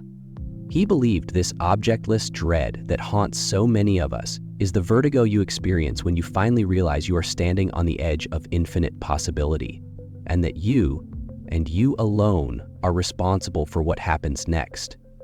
This isn't the cheerful freedom of a bird taking flight. It's the terrifying, crushing freedom of being the sole author of your life in a universe that offers no script, no guidelines, and no safety net. Sartre called this being condemned to be free, and understanding this condemnation is the key to unlocking the existential nightmare of your anxiety. Let's be honest for a moment. The modern world is a perfect breeding ground for a specific kind of existential terror. It's the unspoken horror humming beneath our perfect Instagram feeds and overloaded schedules. We have more options, more information, and more potential paths than any generation in history. We are told we can be anything, go anywhere, forge our own destiny. And yet, instead of feeling liberated, much of the time we just feel crushed. Think about choosing a career. A few generations ago, that path was often predetermined by your family, your location, or sheer economic necessity. The menu was short. Today, the menu is a horrifying, endless abyss. You could be a data scientist, a freelance artist, a digital nomad, a sustainability consultant, an influencer. Each path promises a different life, a different identity, but every time you choose one door, you are consciously murdering the countless other lives you could have lived. The weight of that choice, the ghosts of the lives you're not living, is utterly paralyzing. This paralysis infects everything. What should you watch tonight? You scroll through thousands of options, served by an algorithm that supposedly knows you perfectly, yet you spend an hour scrolling only to watch nothing, defeated by the sheer volume of choice. Who are you supposed to be at a party? The witty one, the fun one, the deep one. We feel this relentless pressure to perform an identity we've cobbled together, and it's exhausting. It's the engine behind imposter syndrome, the constant, gnawing fear that someone will rip back the curtain and reveal the horrifying truth. We have no idea what we're doing. We are fundamentally empty, just making it all up as we go. And how do we cope with this terror? We diagnose it. We call it generalized anxiety disorder, decision fatigue, or burnout. We treat it like a glitch in our system, a problem to be solved with therapy, medication, or a wellness retreat. And those things can certainly help manage the symptoms, but they often miss the terrifying root cause because they assume the anxiety is a mistake. But the existentialists, especially Sartre, would force us to reframe the entire nightmare. What if this anxiety isn't a bug, but a fundamental feature of being human? What if that dread isn't a sign that you're broken, but a signal that you're waking up to the horrifying and magnificent truth of your own condition? A condition defined by one single, earth-shattering idea: existence precedes essence. To understand why your freedom is a source of horror, we must dismantle an idea that has been running the show for millennia. The idea that essence precedes existence. What does that even mean? Let's use Sartre's famous example, a paper knife. Before a craftsman makes a paper knife, they know its purpose. the concept, the essence of the knife, its function, its design, its blade, exists in their mind first. Then they manufacture it, bringing it into existence. The knife's entire reason for being is defined before it's even a real object. Its purpose is its destiny. For most of history, we've thought about people the same way. Religion taught that God created us with a purpose, a role in a divine plan. We were given a soul, a human nature, an essence that defined us. Even secular philosophy often swapped God for reason or nature. But the thinking remained, you're born as something with a built-in purpose to fulfill. Your essence comes first. Sartre, writing in the rubble of 2 world wars that shattered the old certainties, declared this entire worldview a lie. For human beings, he argued, the formula is violently flipped. Existence precedes essence. This means you are not born with a pre-packaged purpose. You are, in his words, thrown into the world. You just appear. You exist. And it's only after you're here, through your choices and actions, that you begin to define who you are. You create your own essence. There's no human nature because there was no divine craftsman with a plan for you. You start as nothing, a void, and you are terrifyingly free to paint whatever you want onto it. As Sartre put it, man is nothing else but what he makes of himself. This is the core of his terrifying idea of freedom. It's not the fun, easy freedom of choosing between ice cream flavors. It's a radical, total, and inescapable freedom. You're not just free to choose your job. You are free to choose your values, your morals, your very being. Nothing outside of you can determine who you are. Not your past, not your DNA, not society. At any moment, you are free to become someone else. You are responsible for everything, with no excuses. And this, Sartre screams, is why you're so anxious. This is the nightmare. He asks us to imagine standing on a narrow path at the edge of a cliff. There's no guardrail. You look down and feel a jolt of fear. You're afraid you might slip, that a rock might crumble, that some external force will cause you to fall. That's normal, rational fear. But then, a different, sicker feeling emerges, a deep, existential dread. You realize that nothing is actually stopping you from just jumping. There's no external force, but there's also no internal guarantee. The you from a second ago, who decided not to jump, has no real power over the you of this instant. In that moment, you become brutally aware of your own freedom. The anxiety you feel isn't the fear of falling, it's the anguish of knowing that you could choose to throw yourself into the abyss. You are afraid of your own limitless power. That feeling is existential anguish. It's the dizzying horror of realizing you are in charge. The universe gave you no instruction manual. You have to decide what's right and wrong, what matters and what doesn't. And every choice you make isn't just for you. When you choose to be an honest person, you're implicitly declaring, this is how a human being should be. You are legislating for all of humanity with every single action. That is a crushing, unbearable weight. This is what Sartre meant by condemned to be free. We're condemned because we never asked for this terrifying power. We were just thrown into it. And we're free because now that we're here, we can't escape being the masters of our own lives. We can't hide behind a pre-written destiny or a divine plan. We are alone, without excuse. And that constant nagging anxiety, that's the sound of this terrible responsibility humming in the background. It's the feeling of living on that cliff edge every single day. So, this absolute freedom is a nightmare and the vertigo is exhausting. What do? We scramble for an escape hatch. We invent clever ways to hide our own freedom from ourselves. Sartre had a name for this desperate self-deception, mauvaise foi, or bad faith. Bad faith is the act of pretending you're not free. It's when you act like your life is dictated by forces outside your control. Your personality type, your job title, your social role, your past. It's a desperate attempt to turn yourself from a free, conscious person into a static, predictable thing, like a rock or that paper knife. You flee from the horror of I can choose anything by telling yourself, I have no choice. Sartre's classic example is a cafe waiter. He observes a waiter performing his duties with an unsettling precision. His movements are too sharp, his voice too eager, his entire demeanor too perfect. He's not just being a waiter, he is performing the role of the perfect waiter, trying to become an object, an automaton, whose every action is scripted. Why? Because he's hiding from the terror of his freedom. If he can pour all his being into becoming this object called waiter, he can pretend he doesn't have to make choices. The role makes them for him. He tells himself, I am a waiter, as if that's a fixed identity. But deep down, he knows it's a lie. He knows he is a free person choosing to act this way. That internal contradiction is bad faith, and we all do this. We all retreat into the cozy prison of our roles. Think of the person who says, I'd love to chase my dream of being an artist, but I have to be a responsible parent. Being a responsible parent is a real and noble commitment, but in the language of bad faith, the phrase, I have to, is the lie. This person is choosing to prioritize their family's security over their art. It's a choice rooted in their value, but by framing it as a non-negotiable requirement, they dodge the anguish of owning that choice. They treat themselves like an object, a responsible parent whose script is already written. You see it everywhere. The person curating a perfect life on social media, posting only flawless holidays and productive mornings.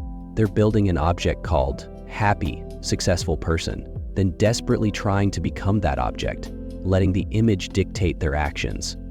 That's bad faith. They're denying their messy, free, terrifying reality for a static, fake version of themselves. Bad faith is saying, that's just how I am, as if your personality were set in stone and not the sum of your choices. It's the employee who says, I was just doing my job, hiding their personal responsibility behind a title.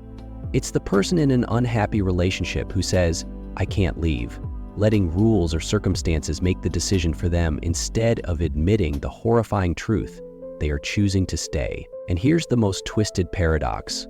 Lying to yourself that you're not free is, itself, a free choice. In the very act of denying your freedom, you prove its existence. You can never escape it. You can only pretend to. And that pretense leads to an inauthentic life that feels hollow. The anxiety doesn't vanish, it just mutates into a quiet dread, a sense that you're a stranger in your own life. Because deep down, you know you're lying. You know you're the one on the cliff edge. You've just squeezed your eyes shut. So, are we doomed? Trapped between crippling anxiety and living a lie? Sartre would say no. There is another path. It's not about finding happiness or peace or a life with zero anxiety. The alternative to bad faith is authenticity. Authenticity, for Sartre, isn't about finding your true self. That's just the old, comforting lie of essence before existence in a new disguise. Instead, authenticity is the brutal, ongoing work of accepting the full, crushing weight of your freedom and taking total responsibility for the life and values you are creating. It's about living with your eyes wide open on that cliff edge. To be authentic is to know that you are not your job. You are not your social role. You are not your past. You are not your personality. Those are just facts about your situation. It's a fact you might be a parent, or a doctor, or were born in a certain place. You can't change those facts, but you are always terrifyingly free to decide what those facts mean. An authentic person doesn't say, I am a father. They recognize, I am a free being who is choosing in this moment how to be a father. They actively create the meaning of fatherhood through their choices. They don't say, I have to. They say, I choose to. This is a brutal way to live. It means dropping all excuses. You can't blame your past, your parents, or society. You have to face the terrifying truth that your life is a product of your decisions. Every choice is another brushstroke on the self-portrait you're painting, and you are the only artist. This is why existential anxiety never truly disappears for an authentic person. That anxiety is part of the contract. It's the proof that you're free. If you stop feeling the anguish of choice, you've probably just slipped back into the comfortable numbness of bad faith. So what does this actually look like? Imagine a gambling addict who has sworn off casinos. He walks by one. In bad faith, he might tell himself, the urge is too strong, I can't control it, treating his addiction as an external force. The authentic gambler faces a harder, more horrifying truth. He feels the urge, he remembers his promise, But he also knows that the person who made that promise yesterday cannot bind the person who exists right now. He is completely free in this moment to walk in or walk away. The choice is his and his alone. The knot in his stomach is the vertigo of that freedom. If he chooses to walk away, fully aware that he was free to do otherwise, that is an act of profound authenticity. He is creating his own essence as a person who doesn't gamble, through a free, responsible, and agonizing choice. Living authentically means creating your own moral compass and owning the terrible responsibility that comes with it. It doesn't mean you can just do whatever you want. In fact, it means you're even more responsible, because when you choose a value, like honesty or compassion, you are also asserting it as a value for all humanity. Your freedom is chained to everyone else's. This reframes the entire problem of anxiety. The goal is no longer to eliminate it. In this view, a life without anxiety would be a life without freedom, the life of an object. The goal is to learn how to endure what your anxiety is telling you. It is not a symptom of a disorder. It is the scream of a conscious, free human being. It's the dizziness of creation. It's the tremor of absolute responsibility.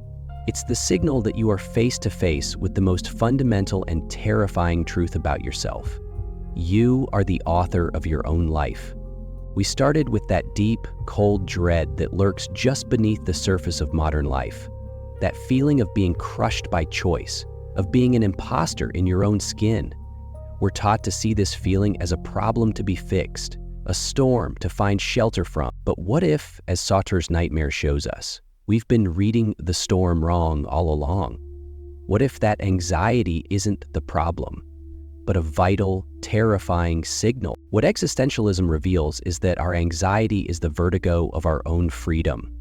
It's the dizzying, horrifying realization that we have been thrown into a universe without a script, a map, or a safety net. We are condemned to be free, sentenced to invent our own purpose, create our own values, and be completely responsible for the person we become. We can try to run from this sentence. We can hide in the comfortable prison of bad faith, pretending we're just a product of our circumstances. We can say, I have to, or I can't, and lie to ourselves. But the escape is never complete. The anxiety just returns as boredom, dissatisfaction, or the chilling feeling that you're not really living your own life. The other path is authenticity. It's the moment-by-moment choice to accept our sentence and own the anguish that comes with it. It means recognizing that the anxiety we feel isn't a malfunction to be cured, but the raw, unfiltered experience of what we are. It is the feeling of being terrifyingly alive. Your anxiety is not a sign that you are broken. It is a sign that you are awake to your condemnation. It is the price of your freedom. The question isn't how to silence it. It's whether you have the courage to listen to it scream. You are free. Now choose. What if the systems you were taught to trust are the very things caging your mind? You're told that the state, the school, the church are there to protect you, to guide you. But the pioneering psychologist Carl Jung saw a much darker truth. He saw that these systems, while offering security, don't always have your individual freedom as their top priority. Their survival often depends on your obedience. They function by quietly, systematically, and relentlessly sanding down the edges of your unique self until you fit neatly into a collective mold. They promise security, but the price can be your very soul. This isn't some conspiracy theory, it's a deep psychological reality. A reality that explains that nagging feeling of inauthenticity that haunts modern life. The sense that you're playing a role in a play you never auditioned for. Today, we're unpacking Jung's profound analysis of this grand deception. We'll explore the invisible architecture of control that surrounds us and, more importantly, uncover the path he laid out for us to reclaim the one thing that is truly ours, our own undiscovered self. Have you ever caught your own reflection and, just for a second, not recognized the person looking back?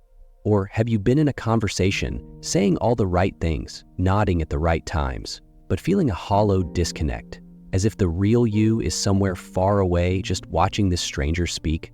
This experience, this subtle but persistent feeling of being an actor in your own life, is one of the most common and least understood issues of the modern world. It's that quiet sense of emptiness, a directionless anxiety we often just brush off as stress or fatigue. But what if it's more? What if it's the cry of your true self, suffocating under the weight of a mask you've been forced to wear for so long, you've forgotten it's even there? The Swiss psychiatrist Carl Jung had a name for this mask, the persona. The term comes from the Latin word for the masks worn by actors in ancient theater to show what role they were playing. Jung saw this as a perfect metaphor for our social selves. The persona is the curated, polished version of you that you show the world. It's the compliant student, the diligent employee, the respectable citizen, the agreeable friend. It is, as Jung put it, a compromise between the individual and society. It's the face we create to make an impression on others and to hide our true nature. Now, Jung was clear that having a persona isn't automatically a bad thing. In fact, it's necessary. It's our interface with the outside world, a tool that lets us navigate complex social situations, get along with people, and function in a community. A well-developed persona is like a good suit of clothes. It's right for the occasion and makes interactions go smoothly. Without any persona, we'd be raw, vulnerable, and probably completely misunderstood by everyone. The danger, the deep and subtle problem that Jung saw, comes when we forget we're wearing the mask at all. The danger is when we start to believe we are the mask. Think of a professor who can't stop lecturing, even at home with their family, or a celebrity who can never drop the performance of constant confidence. Jung warned that a man cannot get rid of himself in favor of an artificial personality without punishment.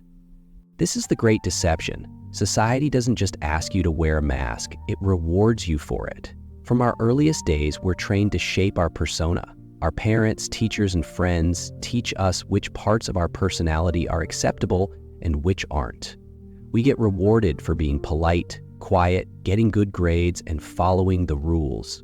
We're subtly or openly punished for being too loud, too emotional, too curious, too different. The parts of us that get social approval become the building blocks of our persona. The parts that are rejected don't just vanish. They get pushed down into the darkness of our unconscious, forming what Jung called the shadow, which we'll get back to later. The result is we start to believe we are the mask. We chase a fictional standard of who we should be, a standard created not by our own soul, but by what everyone else expects. This identification with the persona is the ultimate surrender of the self. We trade the messy, vibrant, and sometimes contradictory reality of our true nature for the clean, simple, and hollow shell of a social role. And the cost of this trade is huge. It's the source of that deep feeling of being a fraud, the sense that you're living a lie. It's the exhaustion that comes from constantly performing, from the unending effort of hiding who you really are. You become, in Jung's stark words, a shallow, brittle, conformist kind of personality which is all persona, with its excessive concern for what people think. You lose any idea of yourself as a being separate from what society wants. Think about your own life. How many different masks do you put on in a single day? The professional mask at work, the dutiful mask with family, the fun-loving mask with friends. Each one requires you to suppress your authentic self just a little. Each one chips away at your core. When was the last time you felt completely, utterly, and unapologetically yourself, without a single thought for anyone else's judgment or approval? For many of us, the answer is frighteningly hard to find. This is the invisible cage. You are both the prisoner and the guard, locked inside a persona you built for your own protection, a protection that has slowly become your prison. So if the persona is the cage, who built it? Where did the blueprint for this socially approved, inauthentic self come from? Jung's analysis was radical. The primary architects of this conformity are the very institutions society praises as its greatest protectors: the state, the formal education system, and organized religion. He saw these as huge, impersonal forces whose main function, intended or not, is to create uniformity and obedience, often at the expense of individual soul and moral freedom. They are the great leveling machines, designed to smooth out the inconvenient messiness of human individuality for the sake of an efficient collective. Let's start with the most powerful and abstract of these, The state. Jung was deeply suspicious of the modern state. He watched the rise of totalitarian regimes in the 20th century and saw them not as a freak accident, but as the terrifying, logical end of a process that had been going on for a long time. He argued that the state becomes a kind of quasi-animal personality, an abstract thing that is worshipped like a god. This entity, to survive and grow, demands total loyalty from its people. In his work, The Undiscovered Self, Jung wrote with chilling clarity, "The moral responsibility of the individual is then inevitably replaced by the policy of the state." Let that sink in. Your personal sense of right and wrong, your conscience, becomes less important than state policy. The individual, with all their unique values and moral questions, is pushed aside for anonymous units that pile up into mass formations. You stop being a person and become a statistic, a taxpayer, a voter, a soldier, a unit of production. The meaning of your life is no longer found in your own growth, but in serving the abstract goals of the state. You are ruled, fed, clothed, and educated as a social unit, amused in accordance with the standards that give pleasure and satisfaction to the masses. This isn't just about oppressive regimes. This happens in subtle ways in every modern society. It's the bureaucratic mindset that turns human problems into paperwork. It's the blind nationalism that demands you support your country, right or wrong. It's the pressure to conform to a political ideology, left or right, that asks you to swallow a whole package of beliefs without question, smothering your ability to think for yourself. The state, in its relentless need for order and control, naturally sees the free, unpredictable individual as a threat. A truly free person is hard to govern, and so the state builds systems not to empower your freedom, but to manage it, contain it, and ultimately shrink it. The second architect of conformity, and maybe the first place we learn the rules of the game, is the formal education system. There's a powerful quote that perfectly sums up Jung's view on education. "The curriculum is so much necessary raw material, but warmth is the vital element for the growing plant and for the soul of the child." He believed that our modern educational institutions have become obsessed with the raw material and have forgotten about the soul. From a Jungian perspective, the effect of modern education often isn't to help a child blossom into their unique self, but to condition them into a role that serves the needs of the collective. Think back to your own school days. Were you rewarded for your unique curiosity or for your ability to memorize and spit back the correct answers? Were you encouraged to chase your passions or guided towards sensible career paths? The system is built on standardization. Everyone reads the same books, learns the same history, takes the same tests. This one-size-fits-all approach is inherently violent to the individual psyche. It sends a clear message.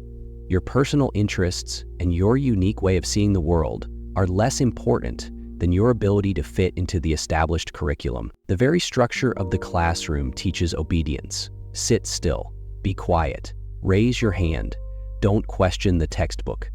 This isn't a process of lighting a fire inside. It's a process of filling a bucket. You're taught what to think, not how to think.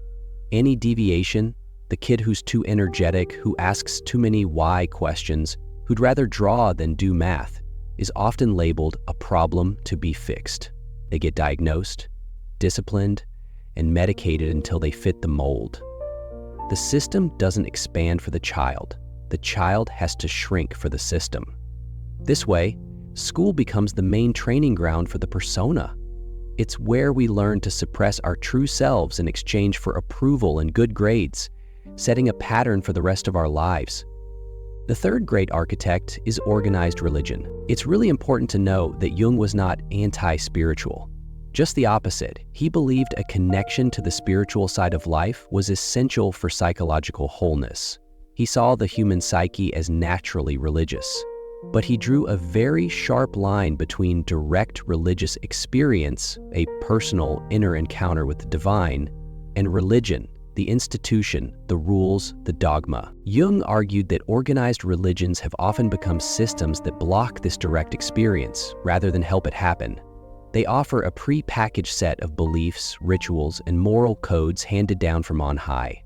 The community is told what to believe, how to worship, and what's right or wrong. While this can provide comfort and structure, Jung warned that it could also become a huge barrier to individual freedom and moral growth. He famously said, "Without freedom, there can be no morality. If you're only being good because you're scared of eternal punishment or because a sacred book tells you to, are you really a moral person or just an obedient one?" For Jung, true morality comes from a deep internal struggle. It's born from wrestling with your own darkness, your own shadow, and forging your own values in the fire of that inner conflict. Organized religion, by giving you all the answers from the outside, can rob you of this essential soul-making struggle. It replaces the difficult personal search for meaning with the easy comfort of believing what everyone else does. You're asked to have faith in the institution instead of being guided to find the God within. These three giants, the state, education, and religion, don't work alone. They form a powerful, interlocking system of conformity. They are the pillars of the collective. And the collective, Jung warned, is always a danger to the individual. He wrote, "The larger a community is, the more will the individual be morally and spiritually crushed. Any large company composed of wholly admirable persons has the morality and intelligence of an unwieldy, stupid, and violent animal. In a crowd, our individual consciousness gets lowered. We become more suggestible, more emotional, less rational. We just imitate instead of acting authentically. This is mass-mindedness, and it is the mortal enemy of the soul. These institutions, in the name of protecting us, create the very conditions that crush our individuality. This journey of understanding these deep structures is challenging. It forces us to question things we've taken for granted our whole lives. If you find this exploration valuable and want to support more content that questions these fundamental parts of our lives, please consider taking a moment to subscribe. We're building a community here dedicated to this kind of essential thinking, and your support makes it all possible. After such a bleak diagnosis of society, it's easy to feel hopeless or cynical. It can feel like we're caught in a web of control, our true selves buried forever. But Carl Jung wasn't a prophet of doom. His sharp critique of society was just the first step. His true life's work was dedicated to the solution, a profound, lifelong, and ultimately heroic inner journey he called individuation. Individuation is the process of becoming who you were always meant to be. It is, in Jung's own words, the process of becoming an individual, that is, a separate, indivisible whole. You could also call it self-realization. This isn't a 10-step program to happiness or a simple self-help trick. It is the most challenging and most important task of a human life. Reclaiming your authentic, whole self from the grip of the collective. It's a journey into the depths of your own mind to find the treasures hidden there. So, how do you start this journey? It's not a straight line with a clear map, but Jung did light up the essential stages. The first step is a conscious and courageous act, acknowledging the persona and taking back our projections. You can't take off a mask if you don't know you're wearing one. The journey begins with the painful but liberating realization that a big part of who you think you are is actually a social construct. It's the persona you built to survive, to get approval, to fit in. This demands radical self-honesty. It means looking at your life and asking tough questions. What roles have I been playing? Am I the good son, the rebellious artist, the intellectual, the caretaker? Where did these roles come from? Are they really me, or are they just elaborate costumes? A key part of this is taking back our projections. We have a powerful tendency to project our inner conflicts onto the world outside. We blame our unhappiness on our boss, our parents, the government, the system. And while these external forces are powerful, the process of individuation demands that we take back our own power. It requires us to see how we have unconsciously participated in our own suppression. We gave these institutions authority over us. We chose, at some level, to conform for security or acceptance. Taking back the projection means you stop being a victim and start being the conscious author of your own life. You have to stop saying, "They did this to me," and start asking, "Why did I let this happen? What part of me went along with it?" This shift from blaming others to taking inner responsibility is the true beginning of freedom. Once we start to see the cracks in our persona, we're led to the second and probably most famous stage of the Jungian path, confronting the shadow. When we build our persona with all the good, socially acceptable qualities, where do the bad ones go? The anger, the envy, the selfishness, the aggression, the raw sexuality. Society tells us to push these things down, to pretend they don't exist. But they don't go away. They're sent to the unconscious, where they gather into an archetypal figure Jung named the shadow. The shadow is the dark side of our personality, the part of ourselves we're ashamed of and try to hide from everyone, including ourselves. But here is Jung's revolutionary insight. The shadow is not evil. It is merely unlived. It holds not just our personal flaws, but also a tremendous amount of raw, vital energy. It is the source of our creativity, our passion, our assertiveness, and our connection to our instincts.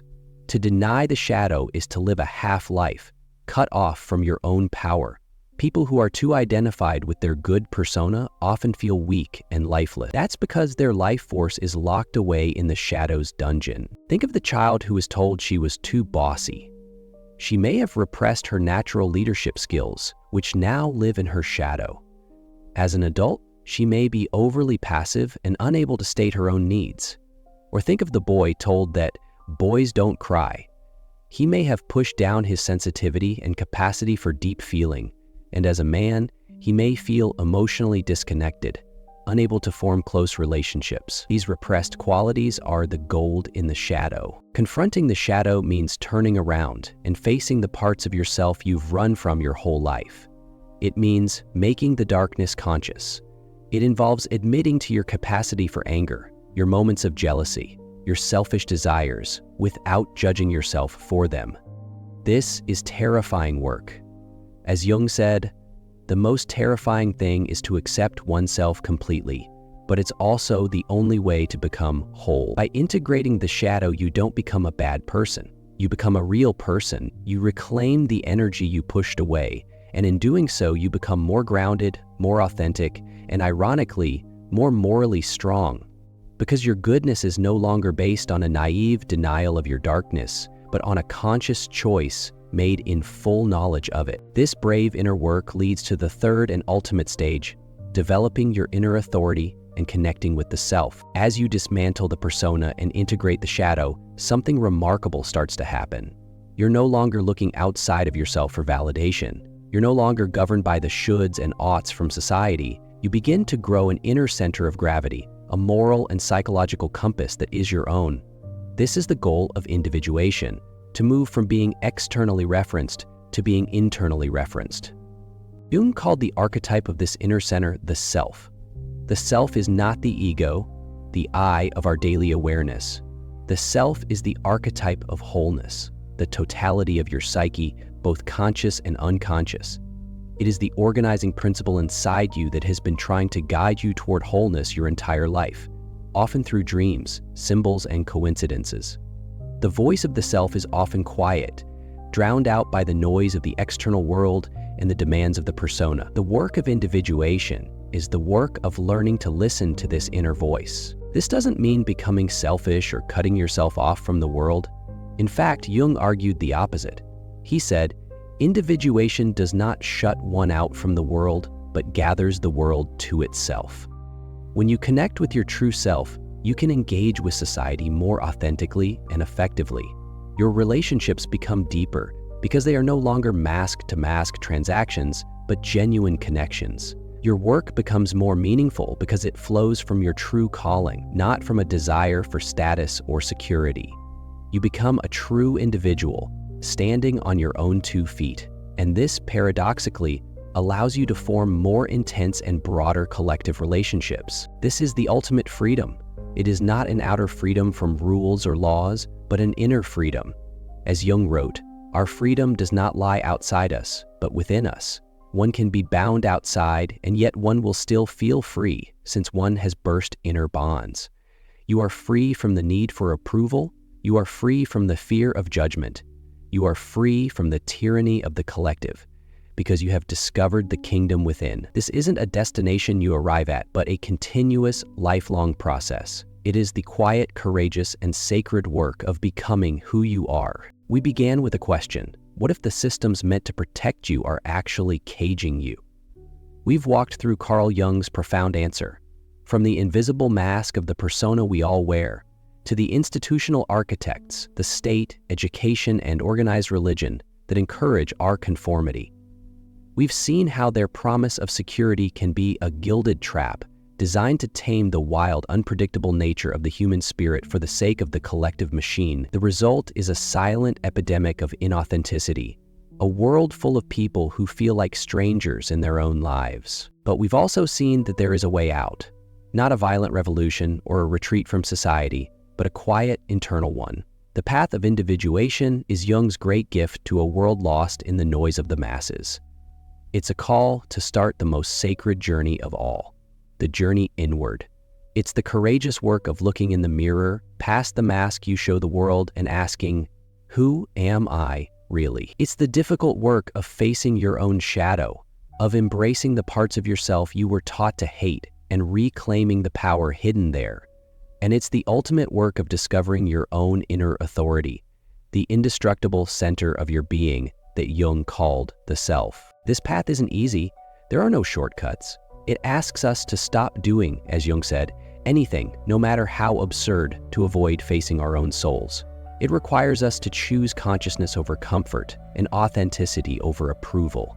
But it is the only path to real freedom. The world will always try to tell you who you are. Jung's great warning was that if you don't know the answer, the world will tell you. The work of a lifetime is to have your own answer ready, to become a light in the darkness of just existing. The journey back to yourself is the only one that truly matters. So, the final question isn't society's, but your own. Where will you begin? If this message resonated with you and you think it might speak to someone else on a similar path, please share it with them. These conversations are more important than ever.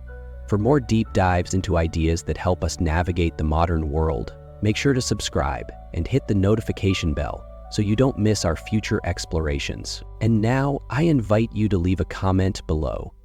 What is one mask, one social role that you are ready to start questioning in your own life? Your story matters, and your honesty could be the spark that helps someone else begin their own journey. Thanks for watching. Machiavelli. The name itself pretty much means tyranny. For 500 years, his most famous book, The Prince, has been seen as the ultimate guide for rulers who believe it's better to be feared than loved. It teaches that a leader has to be a master of deception, and that to keep the state safe, you have to be willing to act against faith, charity, humanity, and religion. It's the dark heart of political realism, a philosophy where power is everything, and morality is a weakness a ruler can't afford. His name literally became an adjective, Machiavellian, a word that just drips with cynicism and the cold, hard math of power. But what if that's just a brilliant disguise? What if the man we think of as the teacher of evil was actually something far more complex and way more dangerous to the powers of his day? What if Machiavelli's most personal writings, the ones he poured his real beliefs into, reveal a shocking obsession with liberty? He believed that the people, and only the people, were the true guardians of freedom. This was his forbidden secret, an idea so radical he had to hide it in plain sight, right behind the terrifying mask of the tyrant's advisor. And today, we're pulling that mask off. To get to the secret, you first have to understand the myth. And the myth of Machiavelli was born in the chaos of Renaissance Italy. This wasn't a unified country. It was a shattered puzzle of competing city-states. Florence, Venice, Milan, Naples, all locked in a constant, brutal fight for survival. On top of that, you have the huge shadows of foreign powers, France, Spain, the Holy Roman Empire, all using Italy as their personal chessboard. This was not a time for idealists. It was a world of backstabbing, betrayals, and political violence. Niccolò Machiavelli was born in Florence in 1469, right in the middle of this. He wasn't a prince or a noble. He was a civil servant, a diplomat, a guy who saw how the sausage of power was made up close.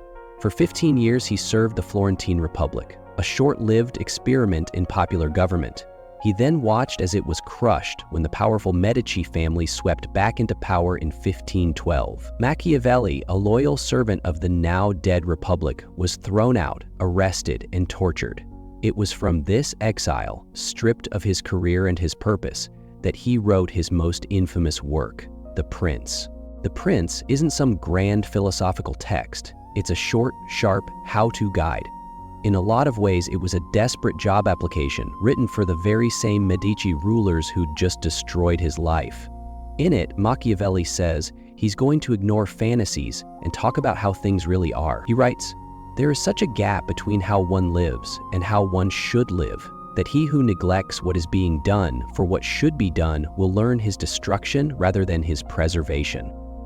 This is his realism in a nutshell.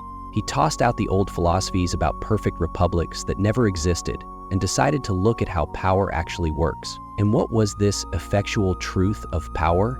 It was brutal. Machiavelli famously asks if it's better for a prince to be loved or feared. His answer is chillingly practical. It's great to be both, but since that's hard, it is much safer to be feared than loved. Love, he says, is fickle. People are self-interested, and they'll break that bond of love whenever it benefits them. Fear, on the other hand, is held in place by a dread of punishment that never goes away. This wasn't just him being cynical. It was his diagnosis of human nature. In his view, people are ungrateful, they lie, and they're driven by self-interest. A ruler who thinks otherwise, who tries to be a good person all the time, is going to be crushed by the many who are not good. So, a prince has to learn how not to be good, and use that knowledge when he has to. This was revolutionary. It separated politics from traditional morality. While thinkers like Aristotle saw politics as a type of ethics, Machiavelli saw them as two totally different games with their own rulebooks. He doesn't stop there. He advises the prince to become a great liar and deceiver, arguing that a ruler should only keep his word when it's convenient. But, and this is a key detail, he must work tirelessly to appear to be the opposite. A prince needs a public image of being merciful, faithful, humane, and religious.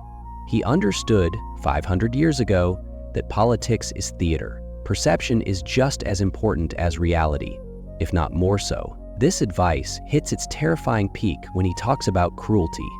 He points to the ruthless Cesare Borgia, a man who conquered a province with violence and lies, and makes a distinction between cruelty used well and cruelty used badly. Cruelty used badly just keeps getting worse, creating a state of constant fear.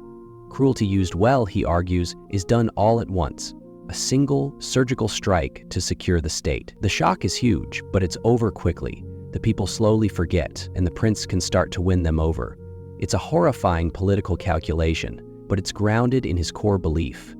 The highest good is the security of the state. Anything, even acts we'd call evil, is on the table if it keeps the state from falling apart. This is the seed of what we now call reason of state. So the picture we get from the prince is clear. He's the ultimate realist, the father of power politics. He teaches that a ruler must be half man, half beast, a fox to spot the traps and a lion to scare the wolves. He must be willing to lie, cheat, and kill, all to hold on to power. For centuries, this has been the story, the man who wrote the Bible for tyrants. But this is where the story usually stops, and it's exactly where our investigation begins, because this terrifying portrait is only half the picture. It's the mask, not the man. While he was in exile writing that desperate pitch to the Medici, Machiavelli was also working on a much bigger, more personal project. It was a book he would spend years on, a deep dive into the history of the Roman Republic based on the writings of the historian Livy. He called it the Discourses on Livy. If the prince is a short, sharp shock, the Discourses is a long philosophical conversation. If the prince is about seizing power, the Discourses is about how to build a state that is free, glorious, and last for centuries. This is the book where the other Machiavelli lives, the Machiavelli who wasn't just a pragmatist, but a passionate Republican. He had served a republic in Florence. He'd seen it work, and he'd seen it get crushed. The Discourses was his attempt to figure out why. Using ancient Rome as his model, he tried to uncover the rules for building a city that could have both greatness and liberty. This wasn't a book to get him a job. This was his legacy. So why is it so much less famous? Why has history obsessed over the cynical advisor to princes and mostly ignored the passionate student of republics? The answer probably lies in just how dangerous the ideas in the discourses were. In an age of kings, princes, and popes arguing that the best form of government was a republic, a state run by its people, wasn't just odd, it was subversive. To praise the messy chaos of popular rule over the clean order of a single monarch was to attack the very foundation of power in 16th century Europe. The prince offered advice that, while shocking, was useful to the powerful. It taught them how to stay on their thrones. The discourses, on the other hand, taught the people why those thrones shouldn't exist, or at least why they should be seriously limited by the people's power. It was a blueprint for a free society. Machiavelli knew how radical this was. He even says in the book's preface that he's heading down a path as yet untrodden by anyone, fully aware that it's a risky journey. He was proposing a new way of seeing politics that flipped everything on its head. For centuries, elite thinkers had taught that the common people were ignorant, unstable, and a threat to order. Even the Roman historian Livy, whose work Machiavelli was analyzing, called the masses either a humble slave or a cruel master. Machiavelli was about to argue the exact opposite. He was about to claim that the common people, the very group the elites hated and feared, were the only real foundation for lasting freedom. This was his forbidden secret, an idea so powerful, so threatening to the status quo, that it's easy to see why it got buried behind the fearsome reputation he built for himself in The Prince. It was time to reveal the true pillars of a free state. In the Discourses on Livy, Machiavelli builds this incredible and revolutionary vision of liberty based on 3 pillars that went against everything his era believed. And in many ways, they still challenge us today. The first and most radical pillar is Machiavelli's unshakable belief that the common people are the best protectors of a state's freedom.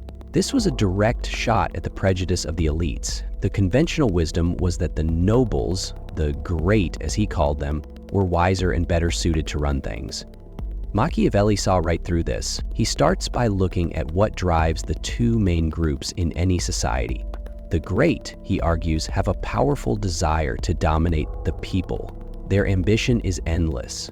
The people, on the other hand, have a much simpler desire. They just want not to be dominated. They aren't trying to rule anyone. They just want to be left alone in safety. From this simple observation, he draws a huge conclusion. Who should you trust to guard liberty? The group that wants to oppress, or the group that just wants to avoid being oppressed? For Machiavelli, the answer was a no-brainer. He says giving that job to the nobility is like asking a wolf to guard a sheep. It's the people, because they lack that ambition to dominate, who have a stronger will to live in liberty, and are therefore its most reliable defender. He flat out says that governments run by the people are better than governments run by princes. This wasn't just a theory. He pointed to Sparta and Venice, republics that put the nobles in charge, and noted their freedom didn't last nearly as long as Rome's, which gave power to its people. By giving the common folk real power, especially through the tribunes of the plebs, officials elected to defend them, Rome created a shield against the ambition of the powerful Senate. For Machiavelli, empowering the people was the secret to Rome's strength. This is a profoundly democratic idea. He believed a ruler who has the people on his side is on much more solid ground than one who relies on the nobles. The nobles will always see the prince as one of them and will constantly be plotting to get more power for themselves. The people, however, just want protection. A leader who builds his power on their support creates a foundation of loyalty that the nobles can never offer. The second pillar is maybe even more shocking than the first. Machiavelli argued that social conflict, protests, arguments, political brawls isn't a disease that weakens a state. It's actually a vital source of its freedom. Most political thinkers have always seen internal conflict as a sign of failure, something to be stamped out immediately. Unity and stability were the goals. Machiavelli looked at the Roman Republic, a place full of noisy protests and fierce clashes between the Senate and the people, and he saw something totally different. He wrote, "To me, those who condemn the quarrels between the nobles and the plebs seem to be cavilling at the very things that were the cause of Rome's liberty." He believed that every single law made in favor of freedom in Rome was born from the fighting between these two groups. How is that possible? His logic is a masterclass in political reality. In a state where one group has all the power, there's nothing to stop their ambition. They will eventually crush the other group and liberty dies. But in a state where both the nobles and the people have some power and can challenge each other, you get a creative tension. The people's constant agitation and protests acted as a permanent check on the Senate's desire to dominate. The nobles couldn't just pass laws that only helped themselves, because the people could fight back. This conflict, when channeled through institutions like the tribunes, forced both sides to compromise. It made them create laws that, while not perfect for anyone, ended up serving the common good. The conflict wasn't a sign of sickness. It was the city's immune system fighting off the disease of tyranny. A republic that's too quiet, Machiavelli warned, is probably a republic where freedom is already dead. This idea that political struggle is necessary and even productive is one of his most modern and challenging insights. The third pillar holding up Machiavelli's idea of liberty is the most subtle, the need for what he called virtue. This isn't virtue in the Christian sense of being meek and pious. It's civic virtue in the Roman sense: courage, patriotism, and a willingness to sacrifice for the common good. Machiavelli had a pretty low opinion of human nature, thinking people were generally selfish. But he didn't think that was our destiny. He argued that good laws and institutions could shape people, creating the civic virtue a republic needs to survive. Liberty wasn't just about having the right system. It was about the character of the people in it. A republic needs citizens who are engaged, who obey the law, who are willing to fight for their country, and who put the republic's well-being above their own. So where does this virtue come from? Machiavelli points to two sources: good laws and, surprisingly, religion. He's often seen as anti-religion because he slammed the Catholic Church for its political corruption, but he actually believed religion was altogether necessary for a functioning society. He wasn't interested in its spiritual truth, but in its political usefulness. He admired the ancient Roman religion because it was a civil religion. It taught discipline, courage, and a sacred duty to the state. Roman oaths were taken seriously, and the fear of the gods made soldiers braver and citizens more obedient. He criticized the Christianity of his day not because he was an atheist, but because he thought it made men weak. He wrote that it glorified humble and contemplative men, rather than men of action, teaching people to put up with suffering now for a reward in the afterlife. This, he felt, made them less willing to fight for the freedom and glory of their state here on earth. For Machiavelli, a good civil religion unites people for the common good. It creates social glue and gives divine weight to the republic's laws, making them more than just human rules. Without this foundation of shared values and patriotic devotion, even the best-designed republic would eventually crumble. Liberty requires not just the right laws, but the right kind of people. These three pillars, an empowered people, the creative power of conflict, and the necessity of civic virtue, form Machiavelli's true political vision. It's a vision not of tyranny, but of a tough, dynamic, and demanding republican freedom. It was a secret hidden in plain sight, a powerful counter-narrative to the cynical advice he offered in The Prince. We're digging deep into these texts and finding a side of Machiavelli that history has tried to bury. If you're finding this journey into what power and liberty really mean as fascinating as I am, make sure you subscribe and hit that bell icon. You won't want to miss where we go next. Uncovering these hidden truths is what this channel is all about, and having you here makes it all possible. So we're left with a major puzzle. How could the same guy write The Prince, a ruthless handbook for a dictator, and The Discourses on Livy, a passionate love letter to a free republic? Was he a political hypocrite? Or was The Prince some kind of satire, a trap meant to trick the Medici into destroying themselves? The answer is probably no. The two works aren't contradictory, they're complementary. They are two different manuals for two completely different situations. Think of Machiavelli as a political doctor. His ultimate goal is a healthy and strong state, but the medicine you give depends on how sick the patient is. The Prince is a manual for a political emergency. It's written for a state that is deeply corrupt, falling apart, and on the brink of collapse. A state like the Italy he knew. In a situation that bad, you need extreme measures. You need a political surgeon, a prince, who is willing to use the knife to cut out the cancer of corruption with force and cunning. The prince's goal isn't tyranny for its own sake. It's to create order from chaos. A single, powerful ruler is necessary to build or reform a state, especially when the people themselves aren't yet virtuous. The prince is emergency room medicine. It's brutal, but when it's life or math, it's what you need to survive. The Discourses on Livy, on the other hand, is a manual for long-term political health. It's for a state that has already been established, that's stable, and whose citizens have some civic virtue. This is the state after the surgery. The question is no longer how do we survive, but how do we live well and for a long time? The answer is a republic. Once order is in place, the best way to maintain it, achieve greatness, and protect freedom is through a republican government where power is shared. A prince is good for founding a state, but a republic is far better at keeping it going. The two books address different stages in a state's life cycle. The Prince is about founding. The Discourses is about preserving. The ruthless prince creates the stable conditions that allow a republic to eventually grow. His ultimate preference is clear.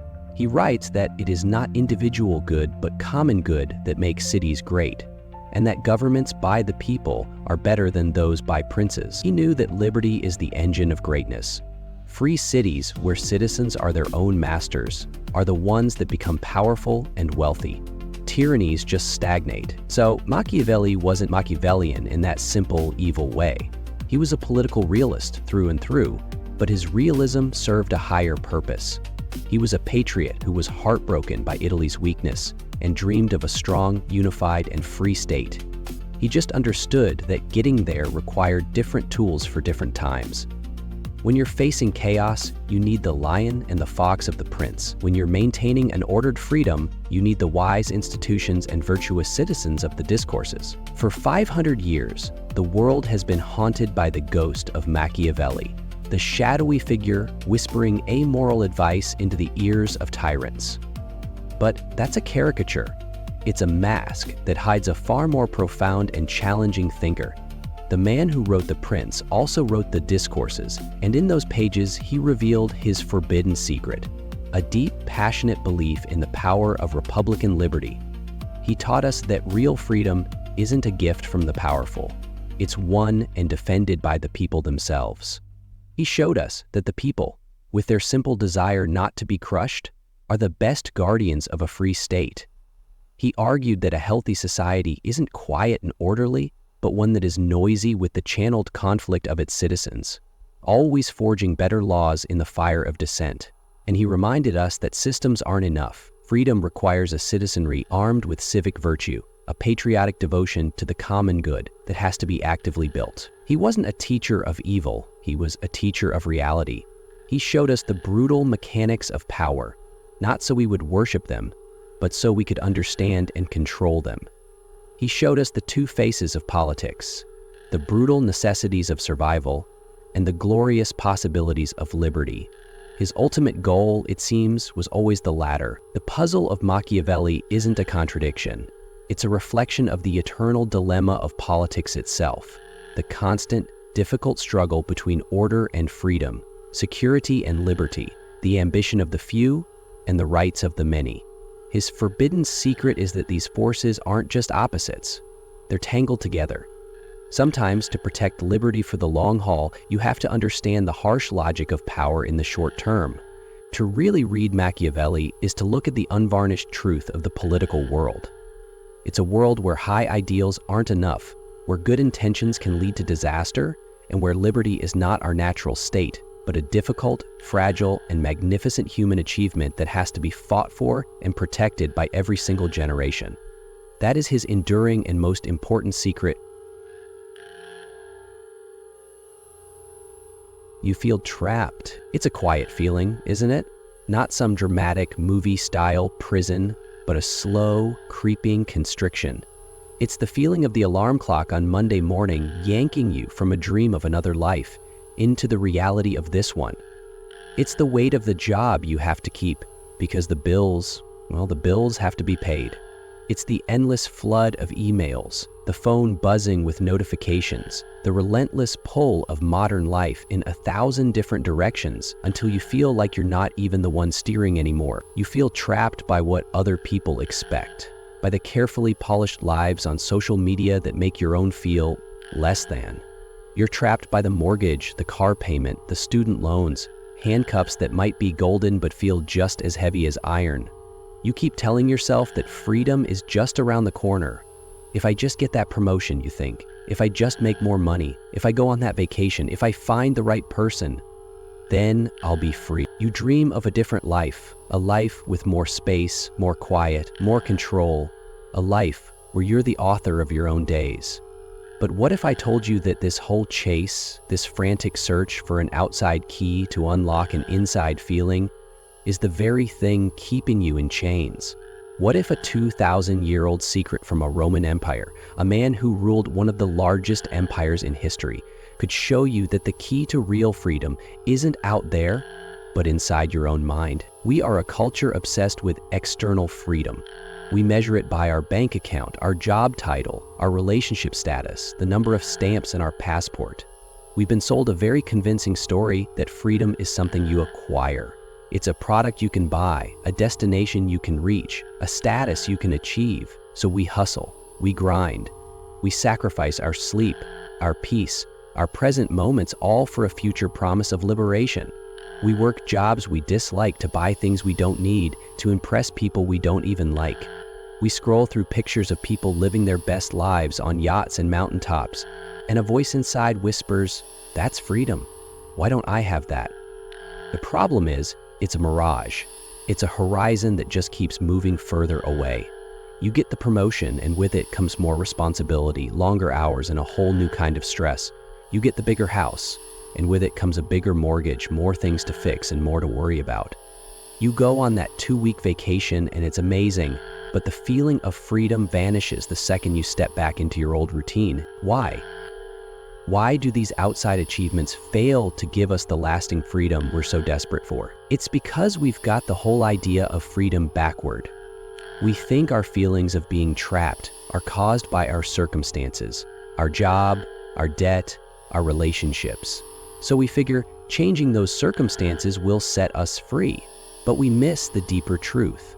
Our suffering doesn't come from the circumstances themselves, but from our judgment about them. It comes from the story we tell ourselves about what they mean. The job isn't the prison.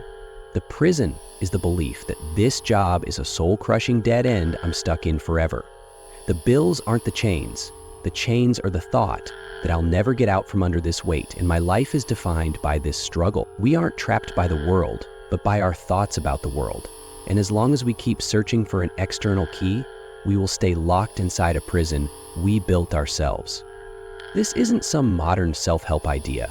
This is an ancient truth, understood with incredible clarity by a man who, by all accounts, should have been one of the least free people alive. Let's go back in time, nearly 2,000 years ago, to ancient Rome. Imagine a man waking up every day to the crushing weight of an empire. His name is Marcus Aurelius.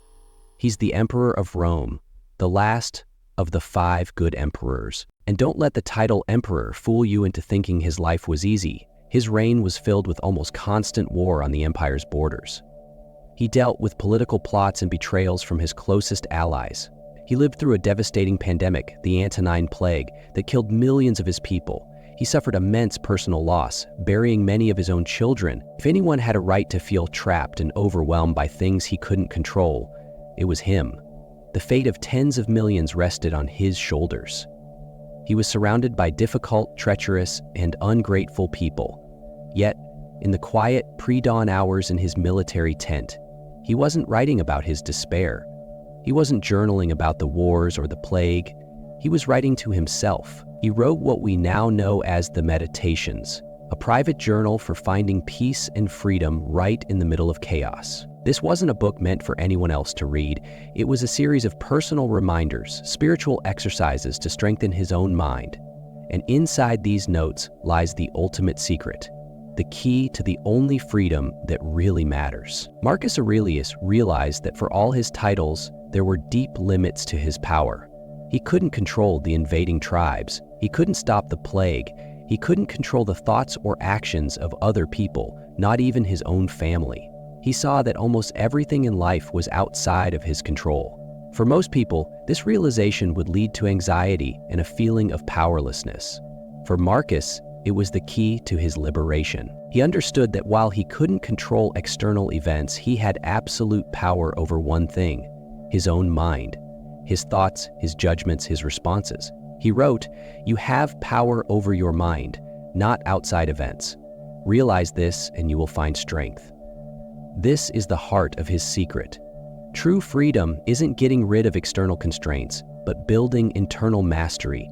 It's the ability to choose how you respond to whatever life throws at you. He called this internal fortress of the mind the inner citadel.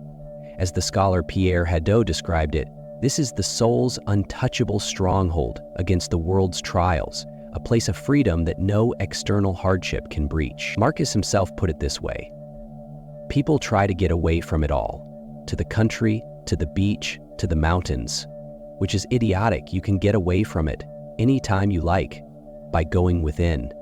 Nowhere you can go is more peaceful, more free of interruptions than your own soul. This is the solution. This is the ultimate freedom. Not a change in your job, your bank account, or your location. It's a change in perspective. It's the deep realization that the bars of your prison aren't locked from the outside, but from the inside, and you're the one holding the key. So, how do we actually build this inner citadel? How do we find this freedom Marcus talked about? It isn't some mystical secret. It's a practical strategy built on two core pillars. These are the blueprints for your inner freedom. The first and most important idea is what the Stoics called the dichotomy of control. It's a simple but life-changing way to see the world.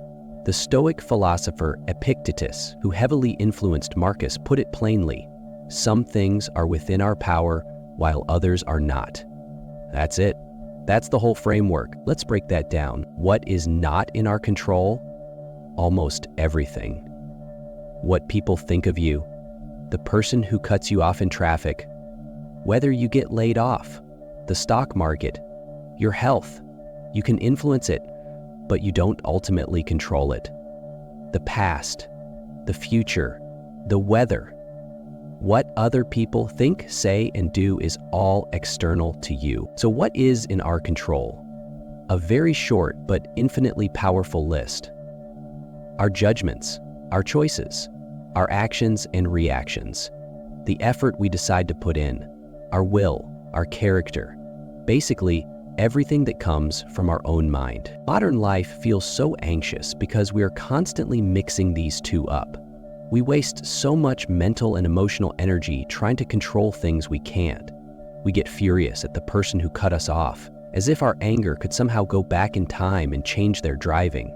We anxiously refresh our phone, waiting for a text back, as if our worry could force them to reply. We obsess for days over a critical comment from our boss, trying to mentally will them into seeing things our way. The Stoic approach isn't about giving up. It's about being radically focused. It's about consciously pulling your energy away from the giant ocean of things you cannot change and aiming that powerful, concentrated energy at the small island of things you can. Think of your mental energy as your most valuable resource. Every moment you spend worrying about what your coworker thinks is a moment you can't spend doing your own work with excellence. Every bit of anger you waste on a news headline is energy you can't use to have a patient conversation with your family. The dichotomy of control is a filter for life. Before you react, just pause and ask, is this in my control? If the answer is no, your job is to practice acceptance, not approval, but accepting that this is the reality of the situation. As Epictetus said, do not seek for things to happen the way you want them to. Rather, wish that what happens happen the way it happens. Then you will be happy. If the answer is yes, then your job is to act with reason, with virtue, and with everything you've got. This shift from reacting to the world to proactively managing your inner life is the first major step in building your inner citadel. It's where your true power lies. The second pillar is a psychological tool that modern therapy rediscovered, but which the Stoics perfected 2,000 years ago. Today, it's known as cognitive distancing. The founder of cognitive behavioral therapy, CBT, Aaron T. Beck, described this as seeing your thoughts as separate from reality. Epictetus put it even better. It's not things that upset us, but our opinions about things. This idea is a game changer. An event happens. Your boss criticizes your report. The event itself is neutral. It's just a fact. Sound waves from your boss's mouth travel to your ears. That's all that happened. What comes next is where you either win your freedom or lose it. The untrained mind immediately glues itself to the event with a judgment. The thought, "My boss criticized my report," instantly becomes, "I'm a failure. My boss hates me. I'm gonna get fired." It's this second part, the judgment, the story, that causes the suffering and the anxiety. We don't experience the event. We experience our interpretation of it. Cognitive distancing is creating a space between the event and your judgment. It's like taking a step back and watching your own thoughts, like clouds passing in the sky. You aren't the cloud. You're the sky. You can notice the thought, "I'm a failure," without becoming it.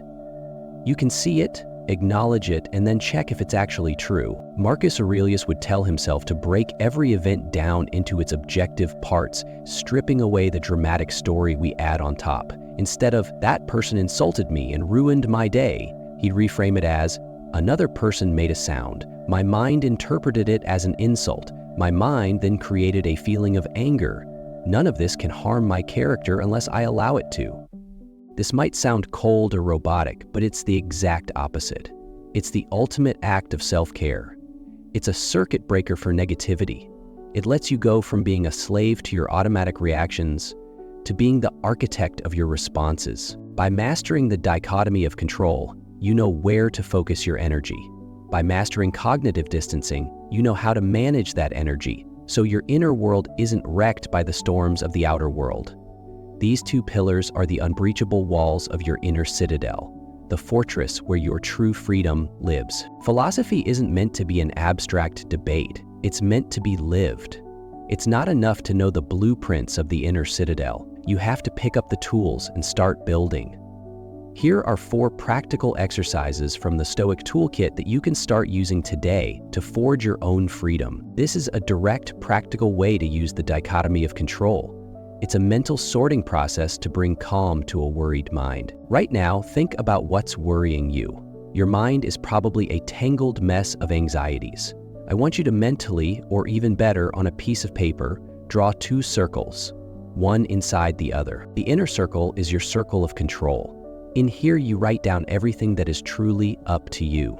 Remember the list: your choices, your actions, your judgments, your effort, the words you say, the kindness you show. The outer circle is your circle of no control. Here you put everything else: what your partner thinks, whether you get the job, that awkward thing you said 5 years ago, the economy, the final outcome of your presentation. Now take your worries, one by one, and put them in the right circle. Worry, what if I get laid off? The event of getting laid off goes in the outer circle. You don't control that, but what can you put in the inner circle? Updating my resume, networking, doing my absolute best work today, saving an emergency fund. My attitude in the face of this uncertainty. Worry, my friend is mad at me and won't text back. Their anger and their response time go in the outer circle. What's in your inner circle? Sending one sincere apology for my part, giving them space, reflecting on my own actions, choosing not to let my happiness depend on their immediate approval. Do this for every single worry. You'll find that most of your anxiety lives in that outer circle, the land of the uncontrollable. This exercise isn't about pretending those problems don't exist. It's about reallocating your energy. Your job is to focus 100% of your effort on the inner circle and practice acceptance toward the outer circle. This daily practice starves anxiety and empowers action. This one sounds backward, but it's one of the most powerful Stoic tools for building resilience. The practice, called premeditatio malorum, or the premeditation of evils, involves calmly thinking about what could go wrong. This isn't the same as anxious worrying. Anxious worrying is vague, emotional, and paralyzing. It's that constant background hum of, oh no, what if? Negative visualization is specific, rational, and prepares you. Take a few moments each morning. You could briefly think about losing your job. Imagine your life without certain possessions. Reflect on the fact that your relationships aren't guaranteed to last forever. You can even contemplate your own mortality, a practice the Stoics called memento mori. Remember, you will die. The point isn't to be gloomy. The point is twofold. First, it makes you more grateful. When you briefly imagine your life without your partner, your health, or your home, you come back to the present with a profound appreciation for them. You stop taking them for granted. Second, it makes you psychologically tougher.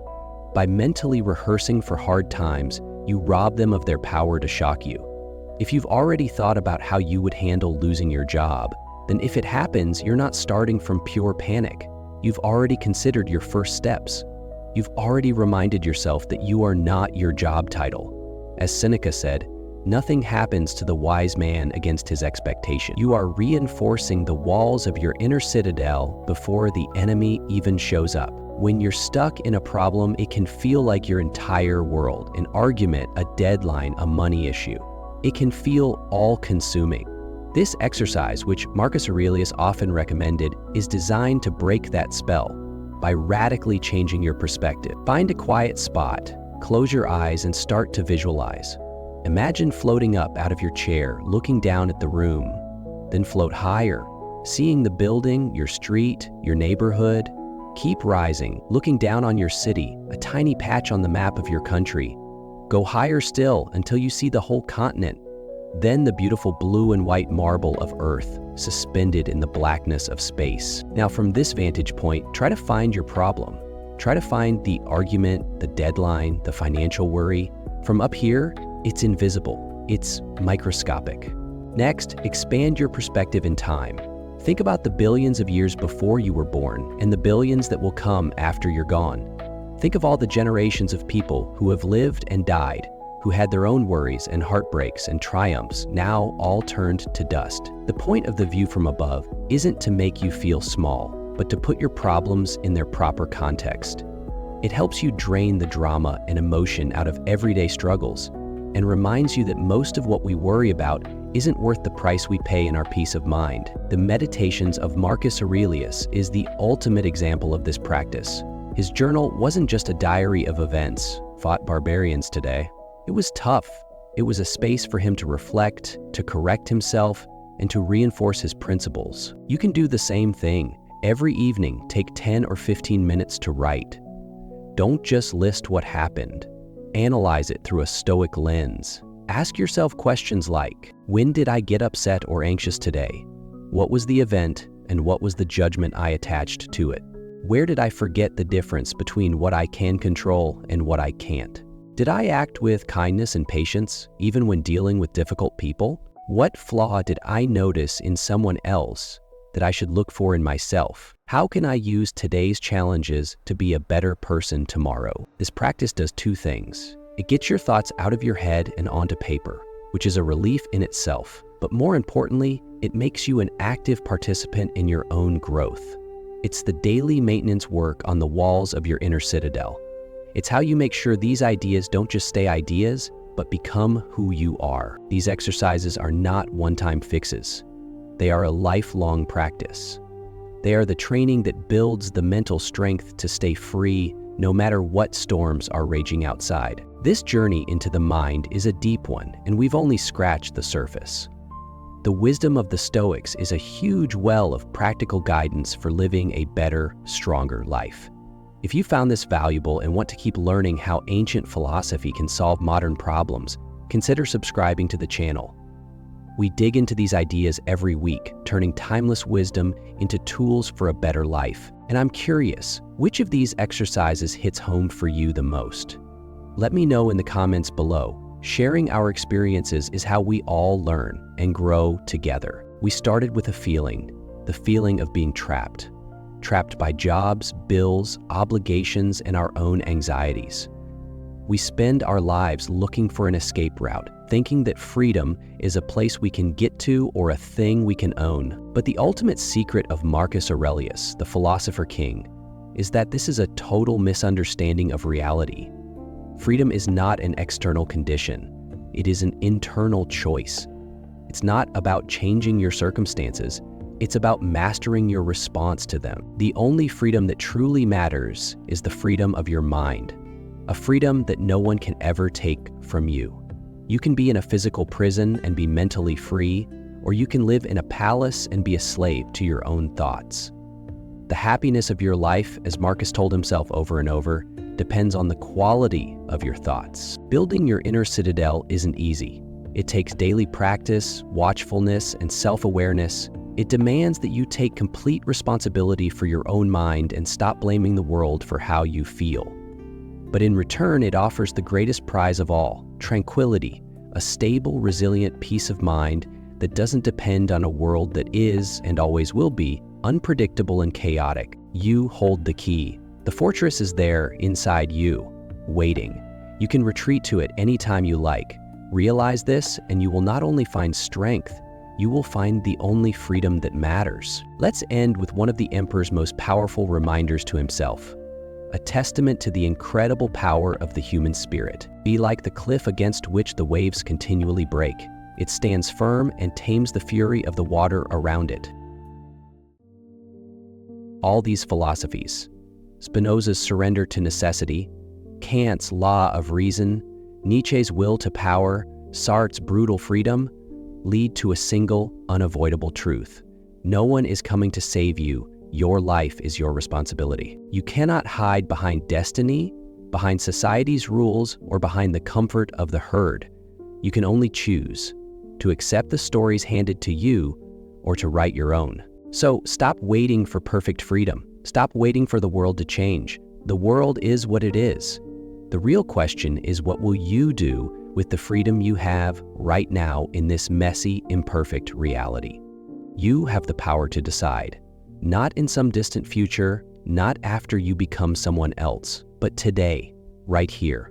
With every small choice, every act of courage, every refusal to let fear dictate your life, you are shaping your fate. Don't let anyone or any philosophy convince you that you are powerless.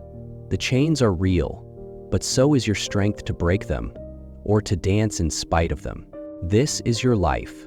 Your freedom is not a theory. It is a challenge. Take it up, use it, live it.